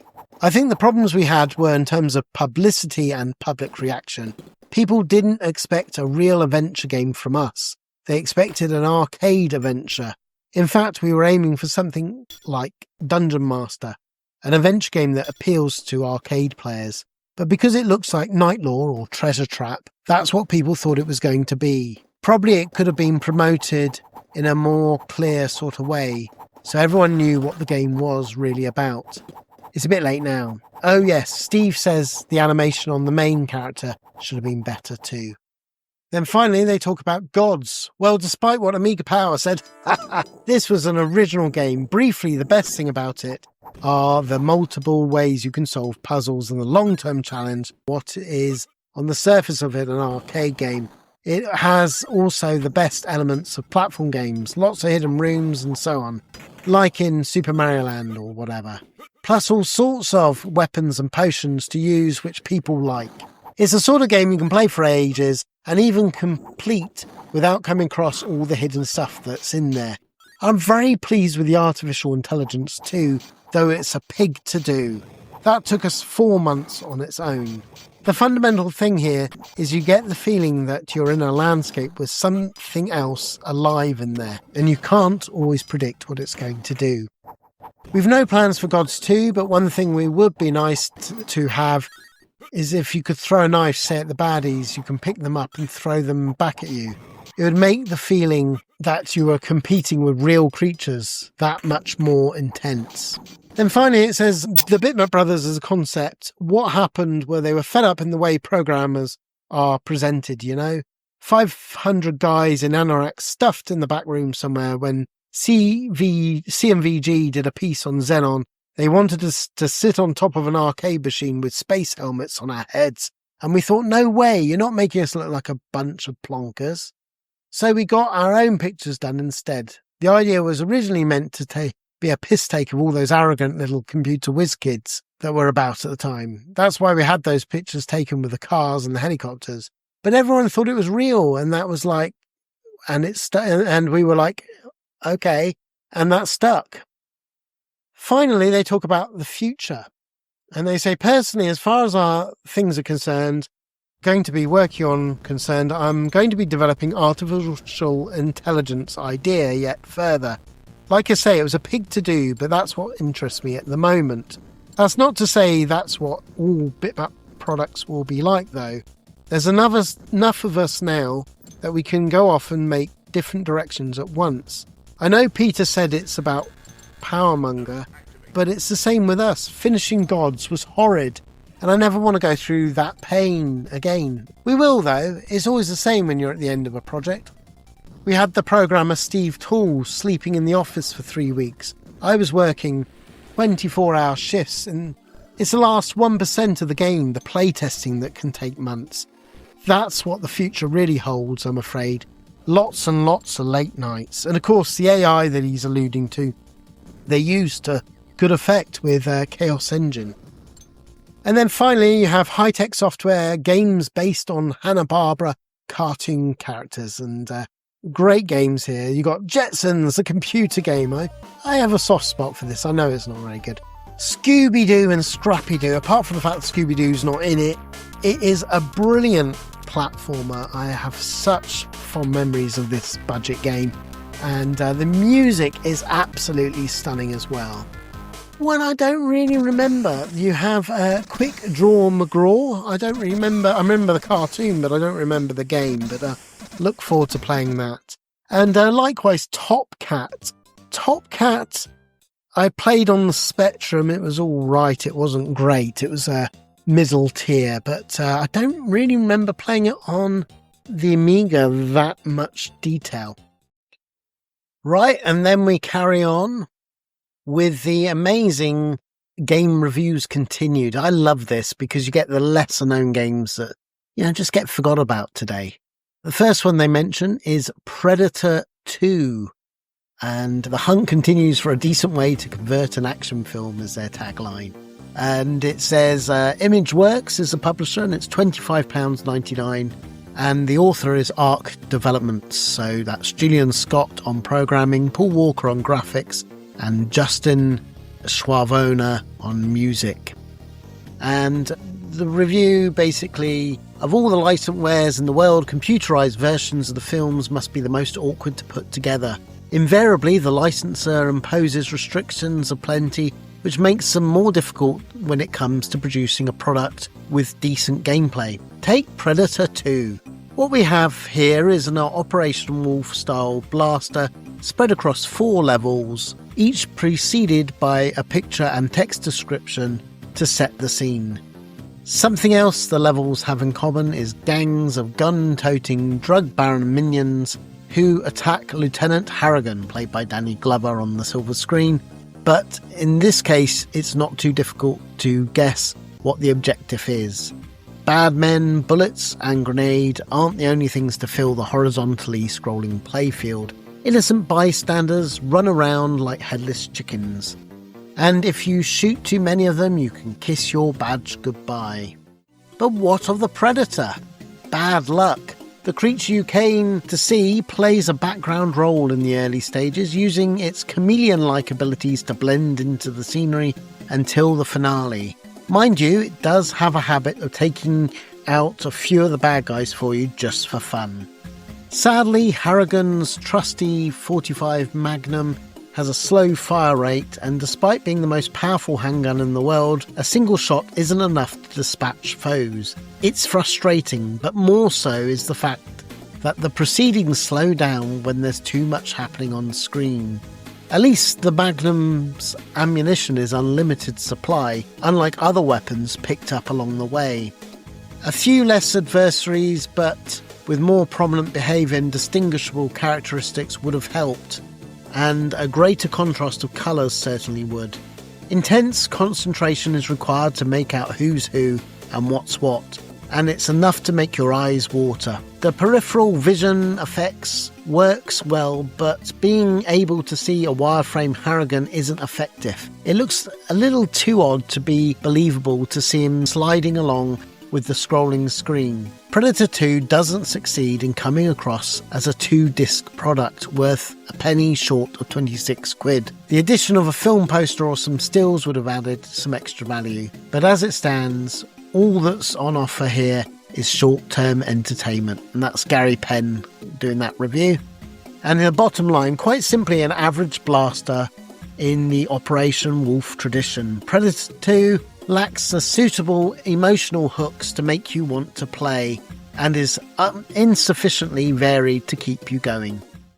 The next review that they give is The Ball Game by Electronic Arts as a publisher, and it costs £25.99, and the author is ESP. The bottom line for this one is good fun with lots of pals, but struggles to hold the interest when played against the computer. An interesting game design, slightly ineptly executed, and not really worth the daft price tag. And they gave it only 56%. Then you get Swords and Galleons, published by Idea, and this also costs £25.99, with the author being Luca Podesta. And this is one that I don't really remember that well, but the bottom line is it shouldn't be any good at all, but for some reason I found it oddly unputdownable. At least it would have if they put in a save game facility. Yes, I mean, it's sort of interesting. It's sort of like a variant of Pirates. But yeah, it's nice sort of seeing these other games that I've forgotten through time. Next, we have Stormball. This is published by Millennium and priced at £24.99. And the author is Paul Caruthers. And Stormball is the latest in a long line of future sports games. You know the sort of thing: metallic looking graphics, atmospheric futuristic intro sequence, and a basic game that's stripped of all the frills turns out to be something very simple indeed. Here it's Pong. You remember the very first bat and ball computer game that gets the treatment. You play a chap standing on a floating disc in the middle of an arena, and it's your job to bat the ball to the other half of the pitch, have it travel over some point-scoring squares, bounce on the far wall, and hopefully travel back to your half where you can collect it and try again. The only problem is the other guy's out to intercept the ball, and they can do exactly the same to you. Initially, the game looks impressive. The pitch is a very pretty 3D thing viewed from behind. Your little floating player points whiz up to the air, coin up style as you score them. There's an animated betting sequence before each game. You have to pay an entry fee before you can challenge anyone, and it's only in gambling that you can earn enough money to take on the sport's more expensive star players. And then there's the practice options of allowing you to customize and save your own layout of the playing pitch. All well and good. The problems come once you start playing, when everything quite rapidly begins to make very little sense indeed. Since the walls to the oddly shaped courts you play on, located in the middle of a larger arena, are actually invisible, judging how the ball's going to bounce proves very difficult indeed. I'd just got to the stage where I'd got a vague idea what it was meant to be happening when, what's this? The ball actually went right through one wall and continued across the arena floor bit. You could see its little shadow and everything. Obviously, these are elastic walls which bend when the ball hits them like ropes in a boxing ring or something, which complicates things further. Add this confusion to the fact that it's very hard to see where the targets are, let alone keep track of the ball, and you get a game that looks good, but in play proves very off-putting indeed. Nothing about it made me want to persevere at all. My recommendation, scrap the pretty 3D, give us a simple top-down view, and you'll suddenly make it twice the game. That's Matt Bilby. His bottom line is pretty, but underneath lies a very simple game, vastly overcomplicated and made confusing to play. Yet another that would have benefited from proper thinking through before they started. 51% he gives. Then we have, I love this game, it's Warzone by Core Design at £20.99, and the author is John Kirkland on graphics and Terry Lloyd, and it's out now. Now, what they say here, no, this is not the successor to Chuck Rock we expected either, they say. Yeah, so this is basically an Akari Warriors clone, but really, really quite good. It's probably closer to Mercs, I would say, actually. And they say the overriding feeling, though, that this is like the similar Mercs. It's competent without ever being all that exciting. If you have another Akari game, it's as good as bet as any and £5 cheaper than most. But that's the most positive thing I can find to say about it, says Stuart Campbell. And he says, Core set themselves a high standard with Chuck Rock, and Warzone doesn't live up to it. Not that it's really meant to, probably. Good in a so what kind of way, and he only gives it 65%. Then we get on to the next page, and this is Disc. This is a Laura Cell published game, and it's done by Alexis Sinjur. And this is £24.99. And this was a weird game, Disc. It says here, graphically, Disc is all right, I guess, but replacing the original Disc with rectangular tiles spoils the abstract look of the game, while the animation of the few moving graphics there are leaves a little to be desired. Sound-wise, nothing very much happens at all, and unfortunately, that's also a pretty good summary of the game in general. They say it's a passable budget game with a ridiculous price tag. For £25, I don't even bother to think about it. Then we get the review of Centurion. This is done by Electronic Arts and £24.99 with the programmer being Kellen Beck. And it says the tagline, EA, like so many before, make a flawed bid for the cinematic strategy market. There's a nice big review here, but the closing review is, the successful war game style strategy aside then, Centurion's game falls between two stools. It should either have been a much more engaging and complex management game, aside from throwing bread and circus parties. The only other thing that tend to do is collect taxes, and that quickly becomes all too simple and repetitive. Or it should have done more on the arcade side. One alternative option would have been loosen things up a bit, take the action sequence up a notch, and opt for a more jokey approach along the lines of North and South. And although it certainly looks very pretty, I'd dispute EA's claim that this is a cinematic adventure like no other. There are just as many static picture postcard graphics here as I've seen anywhere. So all in all, not half as much fun as a video of Caligula and £15 more expensive. That was done by Andy Ide, and he says, the bottom line, a good strategy game when it's out on the field, but let down by some dull Empire housekeeping and a couple of real clinker arcade sequences. Next we have Amiga Encounter. So this was the one that they, from the 8-bit, Atari 8-bit game that they sort of made for the Amiga.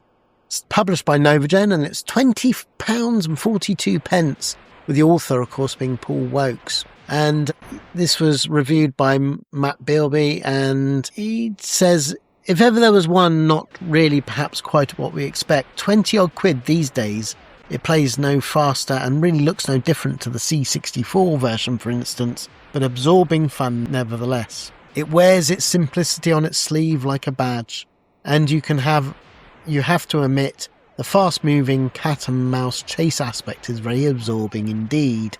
It's a bit like playing one of those paintball games, all ducking and diving behind things, firing blindly and constantly watching your back and so on. NovaGen claim the first-person perspective view has you ducking away from the screen and reaction, and you know they're actually right. An advert for the virtues of simplicity and pure unfaffed about with gameplay, if ever there was one.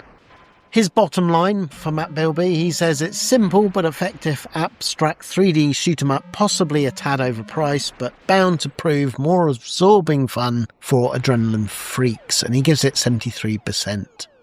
Then we got the very weird Alpha Waves game by Infogrames and done by Christoph Dineshin, and this is £25.99. And I'm going to read part of the review here. So he says, it's odd.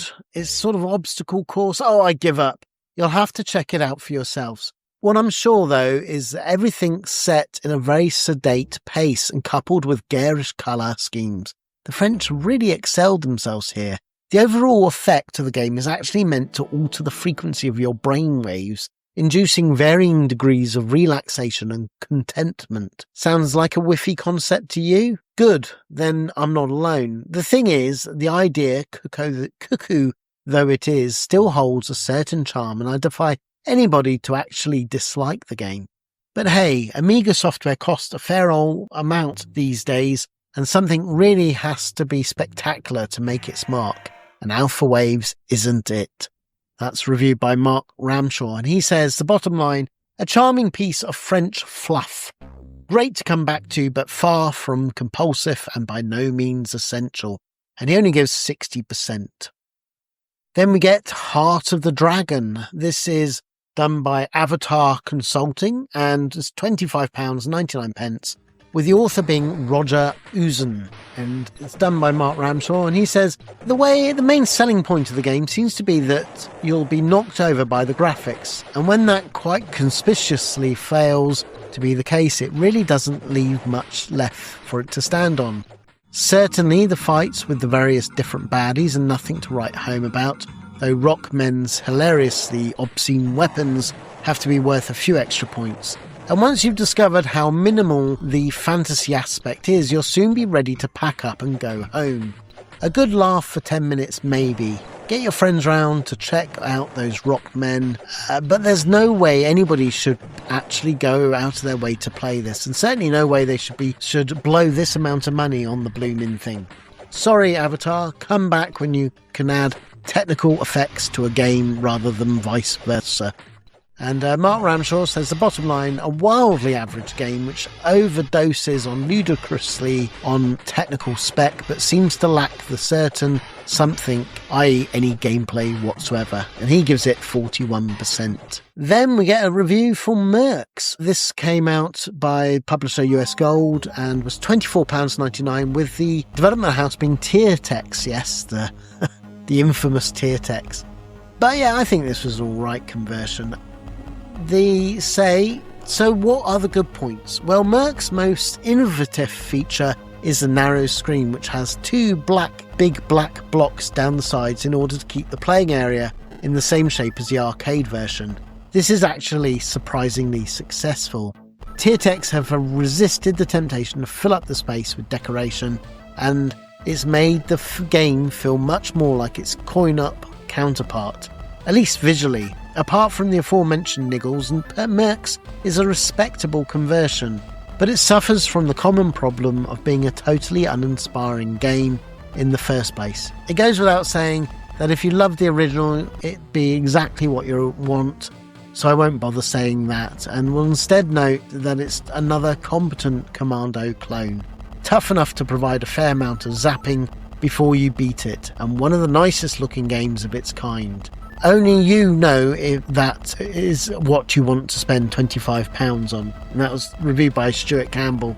And he says, the bottom line, yet another production line coin-up blaster, but what it does, it generally does pretty well. A well-converted but very average game. He gives it 64%. Then we get the review, Jahangir Khan's World Champion Squash. At last, a decent sports spin that's got nothing to do with footy. It's published by Krisalis, and it was £25.53, with the authors being Andy Ware, Simon Pashley, Sean Hollingworth doing programming. Of course, we love Sean Hollingworth from his C64 and Commodore and Spectrum days. Neil Adamson, Dave College, and Matt Furness on music. Yes, the wonderful Matt Furness. And they give lots about it. And, they say nothing actually wrong with Jahangar's squash, unless you object to the lack of female players or international tournaments. So you can mimic Jahangir's uncanny success, that is. Well, Jahangir's squash does very well. And it does, as such, offers a decent, viable alternative to the teeming mass of football simulations available. I mean, what else there to be done with squash that couldn't possibly make it any more interesting? So the bottom line is, at least it's not another footy game, polished and playable, but far from outstanding. It's simple as that, and it's 70%. That was done, reviewed by Gary Penn. Then they do Tetris by Infogrames. This is only £19.99 with John Jones Steele and Kevin Seghetti on programming, and Dan Guerra and Jody Sather on graphics, with Ed Bogus on music. And yeah, I mean, this basically is reviewed by Stuart Campbell, and he says that and a pretty backdrops, which you can change during the game, I guess. If you've got amazing powers of lateral concentration, you will be able to play Tetris with this program. But it's still only 10th as good as some of the PD versions, which cost 1/10 of the price. And that alone makes it worth this. Don't even think about it, says Stuart Campbell. And he says 29%, he says, is bottom line. Staggeringly enough, it's another Tetris cock-up. I'm speechless. I really am, and asking 20 quid for a Tetris game is a bit of a joke. Then they review Shadow Dancer. This is done by US Gold at £25.99, with the developer being Images. And they do a lovely review here with Rich Pelly, and he says, as for the but is it any good part? Well, I'm unsure about what to say, really. There's certainly a lot of it, force settings, airport and the like, and 15 stages, including some bonus rounds. There's a great one where you have to shoot ninjas jumping off a bridge, end of level nasties, and an assortment of different baddies. It's only when the gameplay is mentioned that the word samey seems to spring to mind. Shout samey and dance around the room, singing samey, samey, samey. There's hardly any moves that you can make. Then again, Shadow Warriors had piles, and that was still rubbish. The only extra weapons are the 2 types of shurikens, and although it's fun for quite a while, long-term interest seems rather unlikely. Certainly not the scrolling beat-em-up to beat all beat-em-ups, and to be honest, not likely to make much of a mark at all. He only gives it 63%, and his bottom line, an excellent conversion of a rather boring arcade game. A lot better than some beat-em-ups perhaps, but not really too much cop. He then says, next review with Ziriax, and this is done by the Whiz Kids, the software business, and the authors are Stefano Lecci and Luca Stradiotto, and the price is £24.99. So what is Ziriax actually about? Well, it's a horizontally scrolling shoot-'em-up, isn't it? Following surely in the path of R-Type as it's possible to do. The opening seconds see a very swirly scrolling credit effect, one that rather stunningly uses up the entire screen on the monitor, but unhappily things go downhill quickly after that. The in-game play area is much more the normal size for a start, and the stuff that's presented here is pretty, admittedly, but at the same time also very pretty ordinary. It's also very hard, stupidly difficult, as the bottom line has it, and do you know it's right, none of us can get anywhere very far at all. Criticisms beyond the ludicrous difficulty and disappointing lack of originality are rather trickier to put a finger on. It scrolls very well, the graphics are quite complex and lovely looking, and the weapons are singularly weedy and unimpressive, but that's hardly a thing to fling your arms up in horror. In actual fact, the chief argument against it that so many superior shoot-'em-ups are available at half the price or less. There's the real R-Type for a start, but better than that are Silkworm, Xenon, and this is the clincher, Xenon 2. The idea that you possibly want to buy Ziriax when it's out at $10.99 is just too much to get your mind around, really. And Matt Bilby reviewed that, and his bottom line is ridiculously easy until the end of level baddies, whereupon it becomes nigh on impossible. Ziriax would be fine at a budget price, but asking anything more for it is at least a little bit cheeky. Then they review Hydra. This is done by Domark. Ice Software is the developer, and it's £24.99. And this is reviewed by Stuart Campbell, but its simplicity could conceivably make for halfway fun home conversion.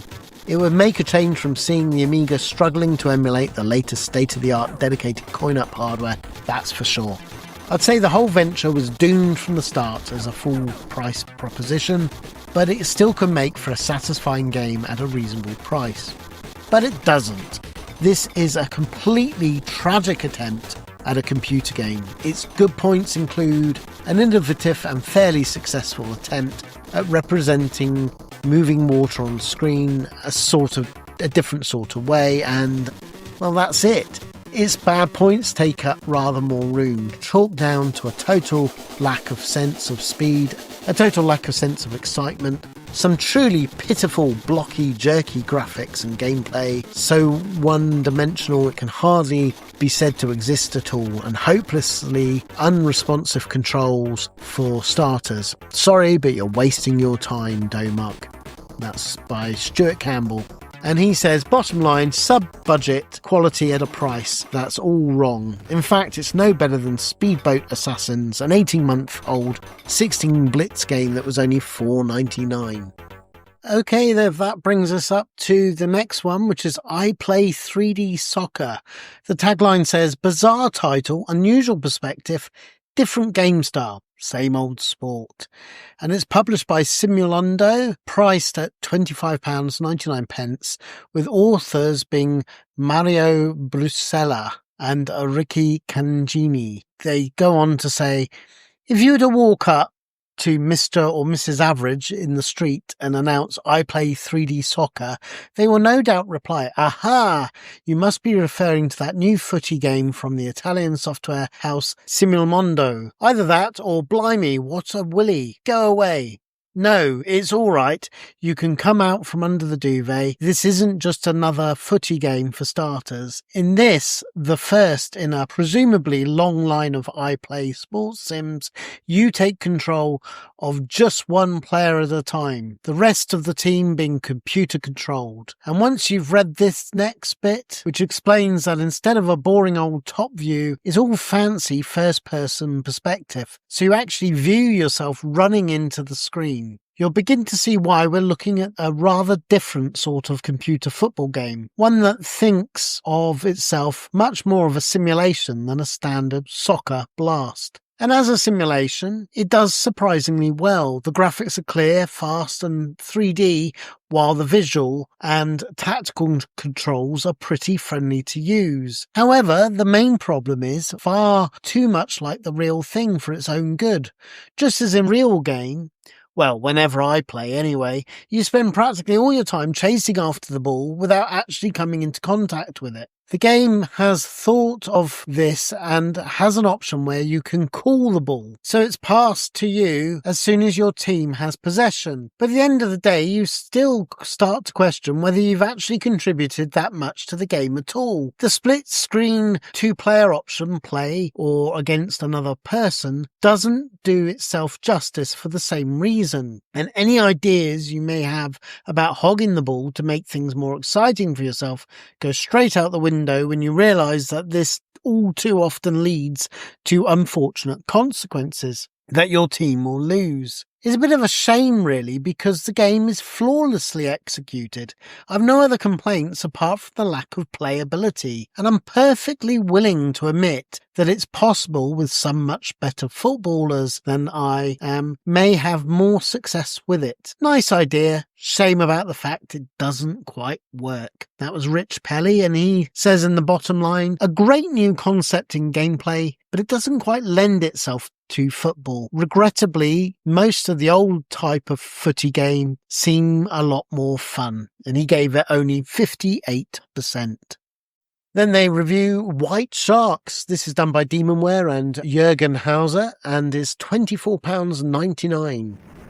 This is also reviewed by Stuart Campbell, and he says, by the time you've reached the second level, where the graphics are a lot less remarkable, I'd almost totally lost the will to continue, especially as the game becomes irritatingly hard in fairly tedious sort of way. Lots of aliens and narrow manoeuvring space tool taking the place of decent ideas.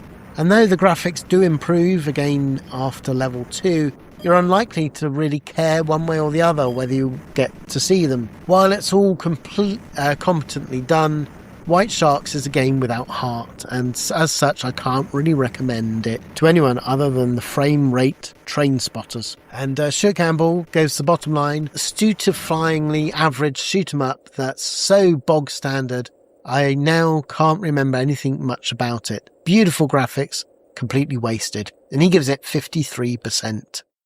Then you get Quest for Glory 2. This is a Sierra game, and it's done by Laurie and Corey Cole. And it's £40.85. My word, the Sierra games are expensive. And it says Sierra slip further behind Lucasfilm and Delphine in a race for adventuring perfection. And this is also reviewed by Stuart Campbell. And he says this is probably the most incompetently designed and put together Amiga game I've seen in my life. And that's the kind of thing that you get fun out of. I'd wish you the best of luck, but suggests that you find some real people to talk to before it's too late. And his bottom line is, I don't really have enough space to tell you all the things that are wrong with this game. It costs £41. Think what else you could do with £41. Then do it. Then we get on to the budget games, and first is Platoon for the Hit Squad at £7.99. And the bottom line for this is one of the better games in this month's batch of re-releases, and not of a game type that there's many on the Amiga. Well worth getting. Then you have Tubin. This is done by Respray, and it was £7.99. And the bottom line is, this was reviewed by Stuart Campbell as the first one, and he says, the bottom line, in today's ever more competitive budget market, you can do a lot better than this for your £8. Spend your money on something like IK Plus instead. Then we get Jungle Book. This is published by Monkey Business and is also £7.99. And it was reviewed by Mark Ramshaw, and he says the bottom line is awful in almost every way. It really is quite sad. A contender for the worst film tie-in ever. No problem. Disney must be kicking themselves over this one. Then we finally get on this page IK Plus with the Hit Squad and £7.99. And Stuart Campbell says IK Plus is quite simply the best beat 'em up ever. It's just so pleasing in every way. I've never met anyone who didn't love it. Let's get it and you can love it too. And he gives it 85%. Then they give compilation. I miss compilations. I miss gaming compilations. This is for the Winning Team compilation, and was published by Domark at the price of £29.99. And it included 5 games, and there was some mixed bag really. There was Escape from the Planet of Robot Monsters, and I really, really enjoyed this. So that's a great one here. So let's read out what the reviews. It got Cyberball, APB, Clacks and Vindicators. But let's read the review. So what have we got here? Well, quite a range of styles. The best of these is undoubtedly Clacks, a brilliant game with elements of Tetris but a lot more depth and tons of playability. The Escape from the Planet of Robot Monsters is a goodie too. Pretty straightforward, isometric runabout with great presentation and action aplenty. A good start then, but sadly things start to slip quite badly soon after. Cyberball is a simplified American football game with minor extra violence, and if that sounds like a tedious idea to you, I certainly won't argue. The point is sluggish and unexciting in play, slightly tricky to get your mind around, and if you're not into American football, and in practice essentially amounts to little more than a flashy, computerized version of stone, paper, scissors gameplay, consists you of choosing a move, then waiting to see if the opposition made a lucky guess about their counter move before you know it, if you've won or not. If you've got at least one hand and a friend, give that a try. Instead, Vindicators is worse, a sort of overhead view battle zone game, alternatively too fast or too slow, and exceptionally unrewarding to play. Very little skill is required, and all the levels look remarkably alike. The last game is APB, which is quite interesting and reasonable fun, but suffers from primitive graphics and ultimately repetitive gameplay. The control system is novel, and there's some nice touches in the humour. Competent without ever being brilliant seems like a fair description. Common sense seems to suggest that most, indeed probably all of these games will appear on Domark's budget label, and with this compilation priced at £30, the price of a game means that unless you really want all 5, you'll be better waiting and buying ones you like individually. That's Stuart Campbell. He says, bottom line, 2 great games and 1 reasonable one and 2 duffers for £30 isn't really a very good deal these days. Wait a little while and save yourself some cash. Then it comes to some lovely reviews, some of the PD games there. You got the interesting ones like the Death Star Mega Demo and Pugs in Space Demo. Yeah, it's just a bit of fun, really. Then you get to the fantastic games adverts. There's some really good game prices there. £18.99 for PGA Golf and things like that. So really, really good. Then we come to more budget reviews. My word, there is a lot this time. And the first one is Kamikaze at £7.99 by Codemasters. Bottom line, a perfectly competent scrolling shoot-'em-up of slightly obvious origins, but with no real life about it at all. Fine if you don't own Flying Shark. And that's Stuart Campbell who reviewed that, and he gave it 57%. Then we have Sherman M4. This is on the Action 16 label, also at $7.99, and done by Mark Ramshaw. And he says, bottom line, caught between 2 stools, M4 would have benefited from concentrating more on a single style. An enjoyable romp nonetheless, and he gives it 72%. Then we get Miami Chase. Of course, this was done by the team that would go on to form Team 17. And this is done by Codemasters as a publisher and is £7.99. And Stuart Campbell says it's a gorgeously simple game with aesthetics that any full-price software house would be proud of, and gameplay that any arcade junkie would love. The one doubt is over its lastability with only 5 levels, but hey, what do you want for £8? Blood? And Stuart Campbell says his bottom line, a mad, fun classic which succeeds because of its simplicity and sheer professionalism. It'd be criminal not to miss it, so don't. And he gives it 82%.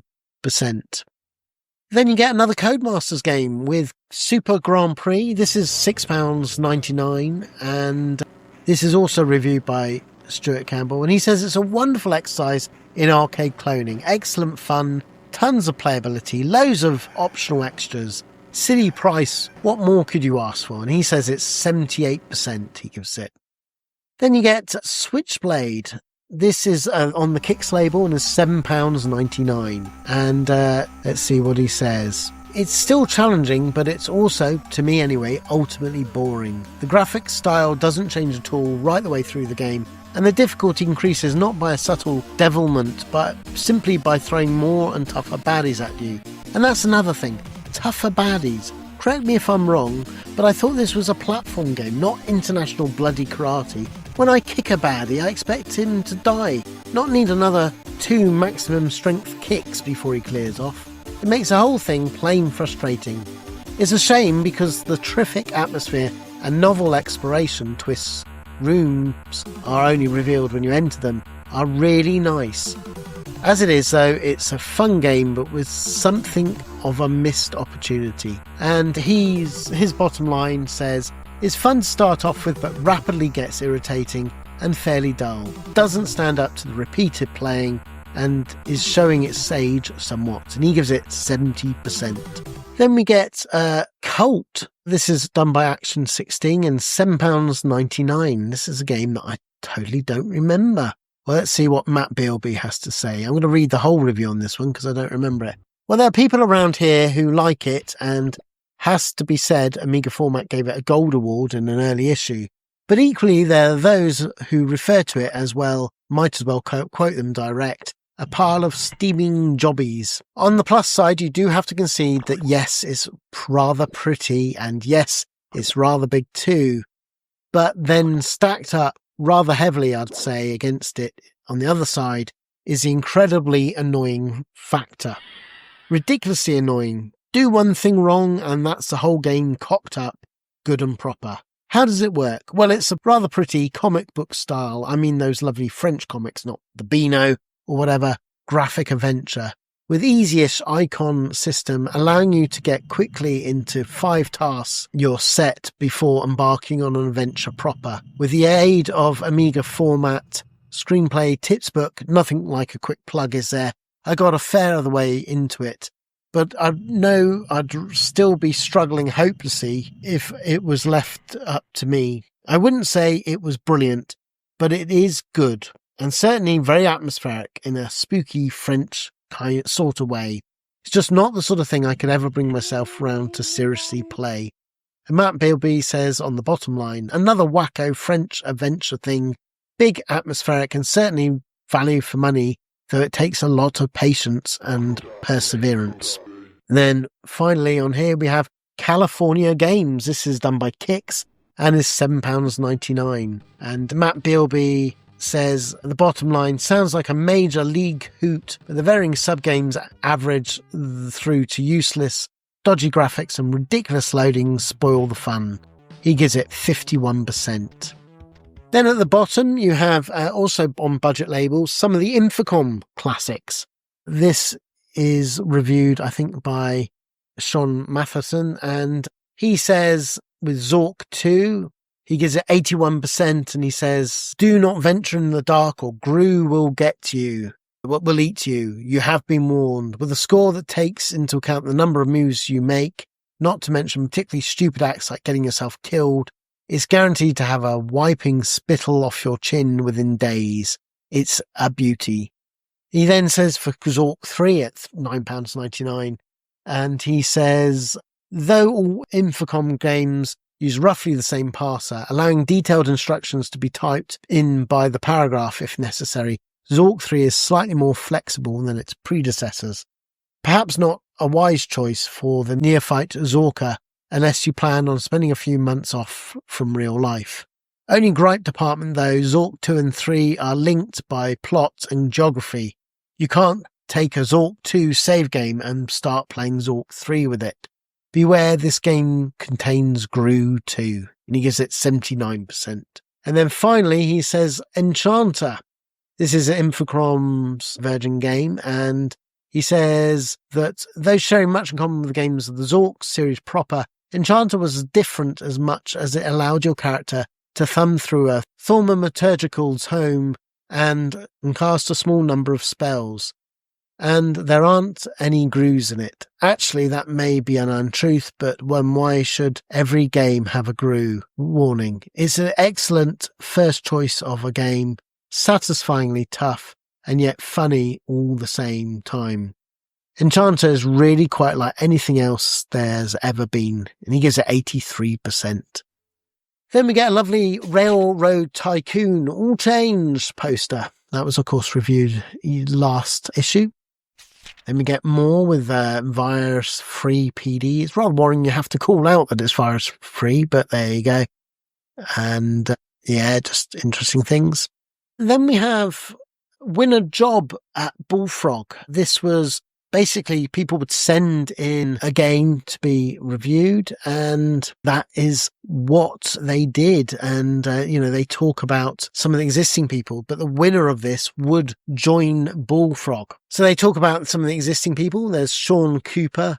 He's a programmer doing Bob and higher functions. And Sean is 20 and joined Bullfrog as a games tester through his information technology education course, iTech.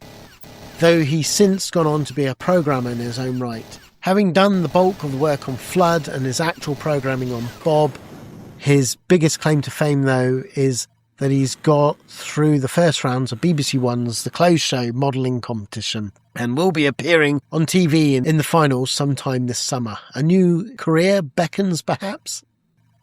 And then they also mention, and this is Alex Trowers. He's a game tester, trainee programmer, and graphic artist. Alex is 19 and has been working at Bullfrog for 7 months, ever since he met Sean, who he already knew from iTech, on a bus, and learned that Bullfrog were on the lookout for another programmer. He's been concentrating on playtesting to start with, while at the same time learning to program. He eventually gets his own project. The Powermonger levels map are his, for instance, as will be much of the puzzle design. For Bob, he's obsessed by paintball, live role playing and computers in general. So then it says, and this could be you. You only have to send a game. And it says Project X, your name here. Now, interestingly, not only did someone win the competition, being for its release of Mr. Wobbly Legs and versus the Invaders from Mars. I love that. And it was a really good sort of not quite Space Invaders, but more like a Avalanche style game where you had to run, dodging all the bullets. And it was done by Mike Diskett, and he did get a job, and he went on to do some big games. He went on to do Theme Park, and I think he worked on some of the later ones as well. So, yeah, and obviously he also helped with things like Syndicate and doing some of the conversions. So, yeah, just really interesting to see here. This was a competition that started yet another career. Then we get a price of discs, a little advertising, and another subscription here where you can get one of 3 great games, God's Speedball 2 or Lemmings. Then we get the black and white ads with more stuff here, things you can either win on 0898 and stuff like that. And then we get the bite back. I used to love these compilations. Some really good deals here, things like Elite for $9.99 or The Story So Far for $9.99, giving you Buggy Boy, Akari Warriors, Beyond Ice Palace and Battleships. But what I love here, it goes through some of the compilations, so I will go through them.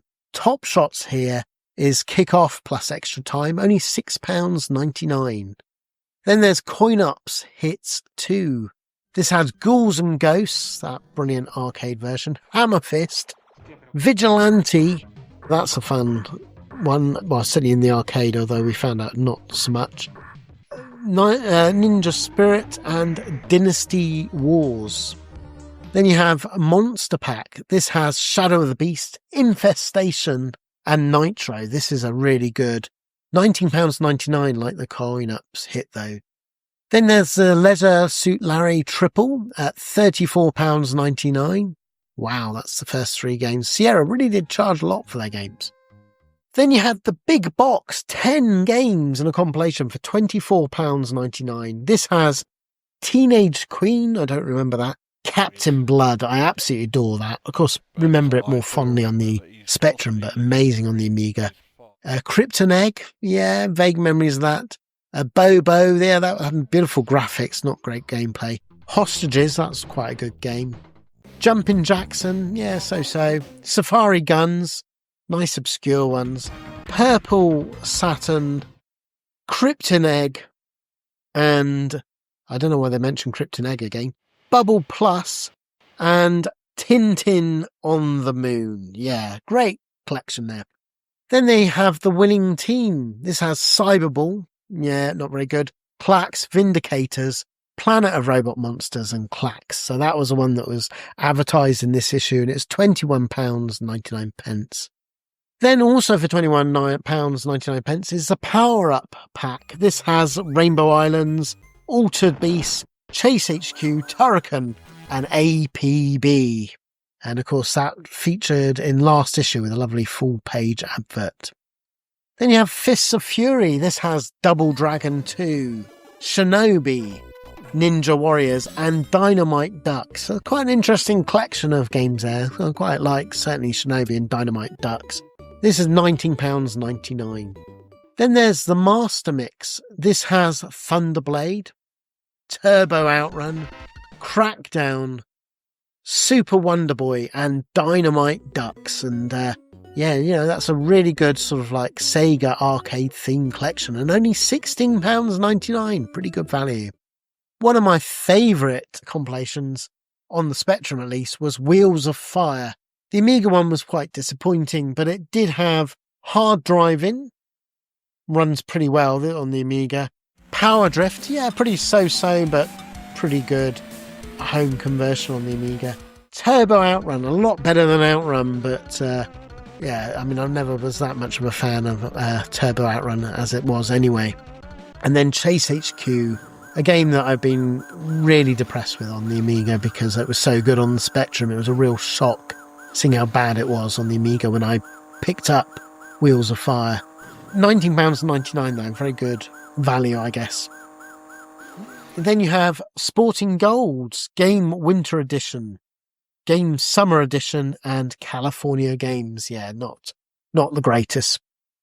Then there's the Hollywood Collection. I remember that compilation well. It has the terrible Ghostbusters 2. It does have the so-so RoboCop, but it does have the pretty good Batman the movie and Indiana Jones, which of course is the action game, not the Indiana Jones Last Crusade adventure game, but still very, very okay, I guess. Then there's Platinum. This is another good compilation with Ghouls and Ghosts, Strider, Black Tiger, and Forgotten Worlds for only £17.99. And then there's the Power Pack. This has Xenon 2, TV Sports Football, Blood Witch, I love that game, and Lombard RAC Rally. And then finally is Premier Collection 3. This is only £12.99 and it has Archipelagus, Quadrillion, Cybernoid 2, and Battleships. And then we'll skip over the bottom line and go to Do the Right Thing. Well, let's see what here. We've got more adverts. The upgrading for £29.99 and some PD adverts. And then it goes to Do the Right Thing because they now got some letters. And, it's a nice range here where people say they love it and really, really enjoy it. You get Kathy Campos, the PR manager of ImageWorks, getting really upset that they'd lambasted Killing Cloud.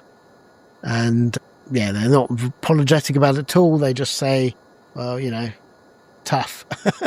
And then you get somebody moaning about that they, feels conned. As good as the magazine is, that they said they were going to give a free game every month and then haven't. And they say, you're not getting a complete game each month, but equally, no, you weren't being conned.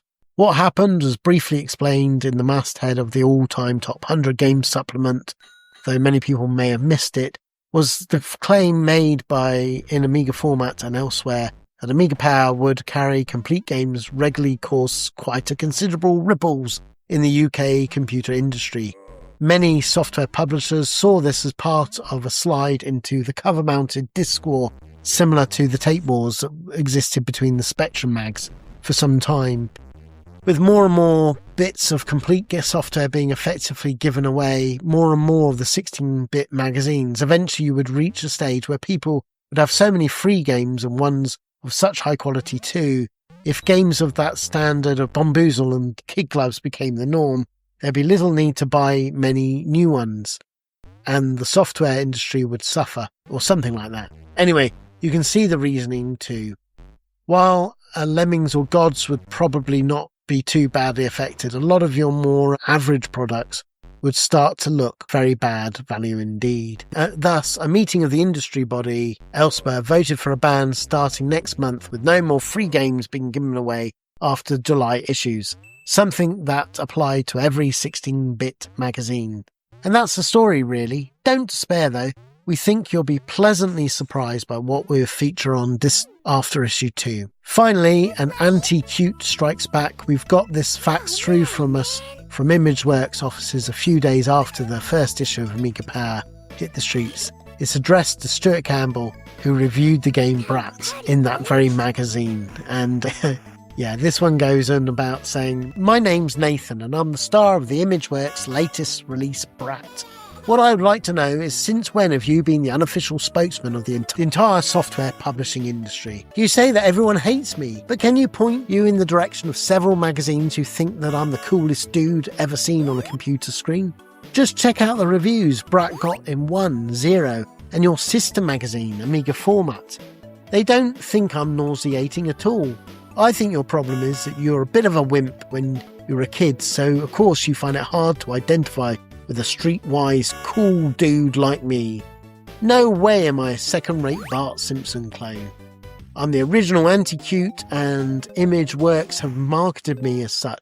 Anyone else comes a poor second in the originality stakes. Even when you have to concede that Brat is a well-implemented, beautifully programmed original product, it seems that you have allowed your personal prejudices against cool kids to influence your judgment. If you want to play namby-pamby cutie games all your life, get on with it. Some of us sick to death with cute and cuddly games and want characters with real character like me. I suppose you think that you're bigger than me and you can say what you like. I'm gunning for you, man, and one day I'm going to give you what you deserve. I imagine that your street cred is absolute zero, and I feel that you would achieve greater job satisfaction working on Train Spotters Monthly. Then you could truly claim to speak for your readers. Nathan, the Brat." And their response is, "Oh dear, someone thinks he's a cartoon character." Stuart had a very rude reply to this letter, but we wouldn't let him print it.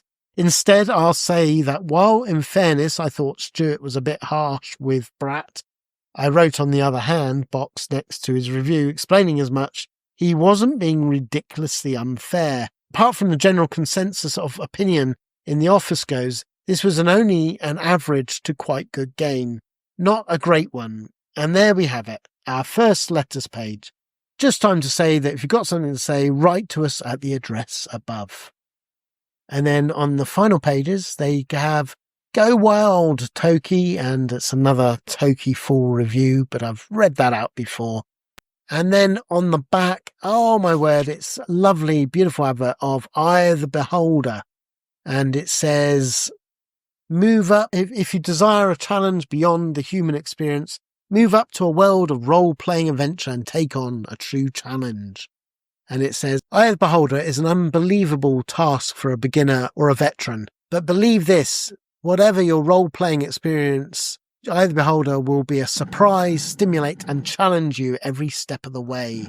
100% point-and-click game control, fully animated encounters with realistic you-are-there perspective. A web of deceit and intrigue draws you into the totally addictive plot. Control up to 6 characters via their portraits and icons. And it says SSI and AD&D computer role-playing games have gained a reputation for great gameplay. Now they've added incredible graphic presentation and user interface that makes this game the state-of-the-art for computer role-playing adventure games. So there you go. So I hope you enjoyed issue 2 as much as I've done. And as usual, this will be the bottom line. I will set it to different music. There's some new games in here, obviously, and quite a few removed from the previous one. But it's here for you to enjoy. Do you know what, though? I'm thinking about it. I've decided to go off variant because I think it's a shame to take the ones off. So thinking about it, I am going on the bottom line to only add the new games. This means as we progress through, yes, it will get longer, the bottom line list, but we should end up with an entire list of all the games that they did a bottom line review on. I think that'd be a nicer way of doing it. So until next time, keep it retro, and always please, if you like, subscribe, comment, it means so much. And, please listen to a podcast that's obviously the main thing we do. We do it all for free and fun, but it means a lot when people are enjoying it. Okay, so until next time, keep it retro.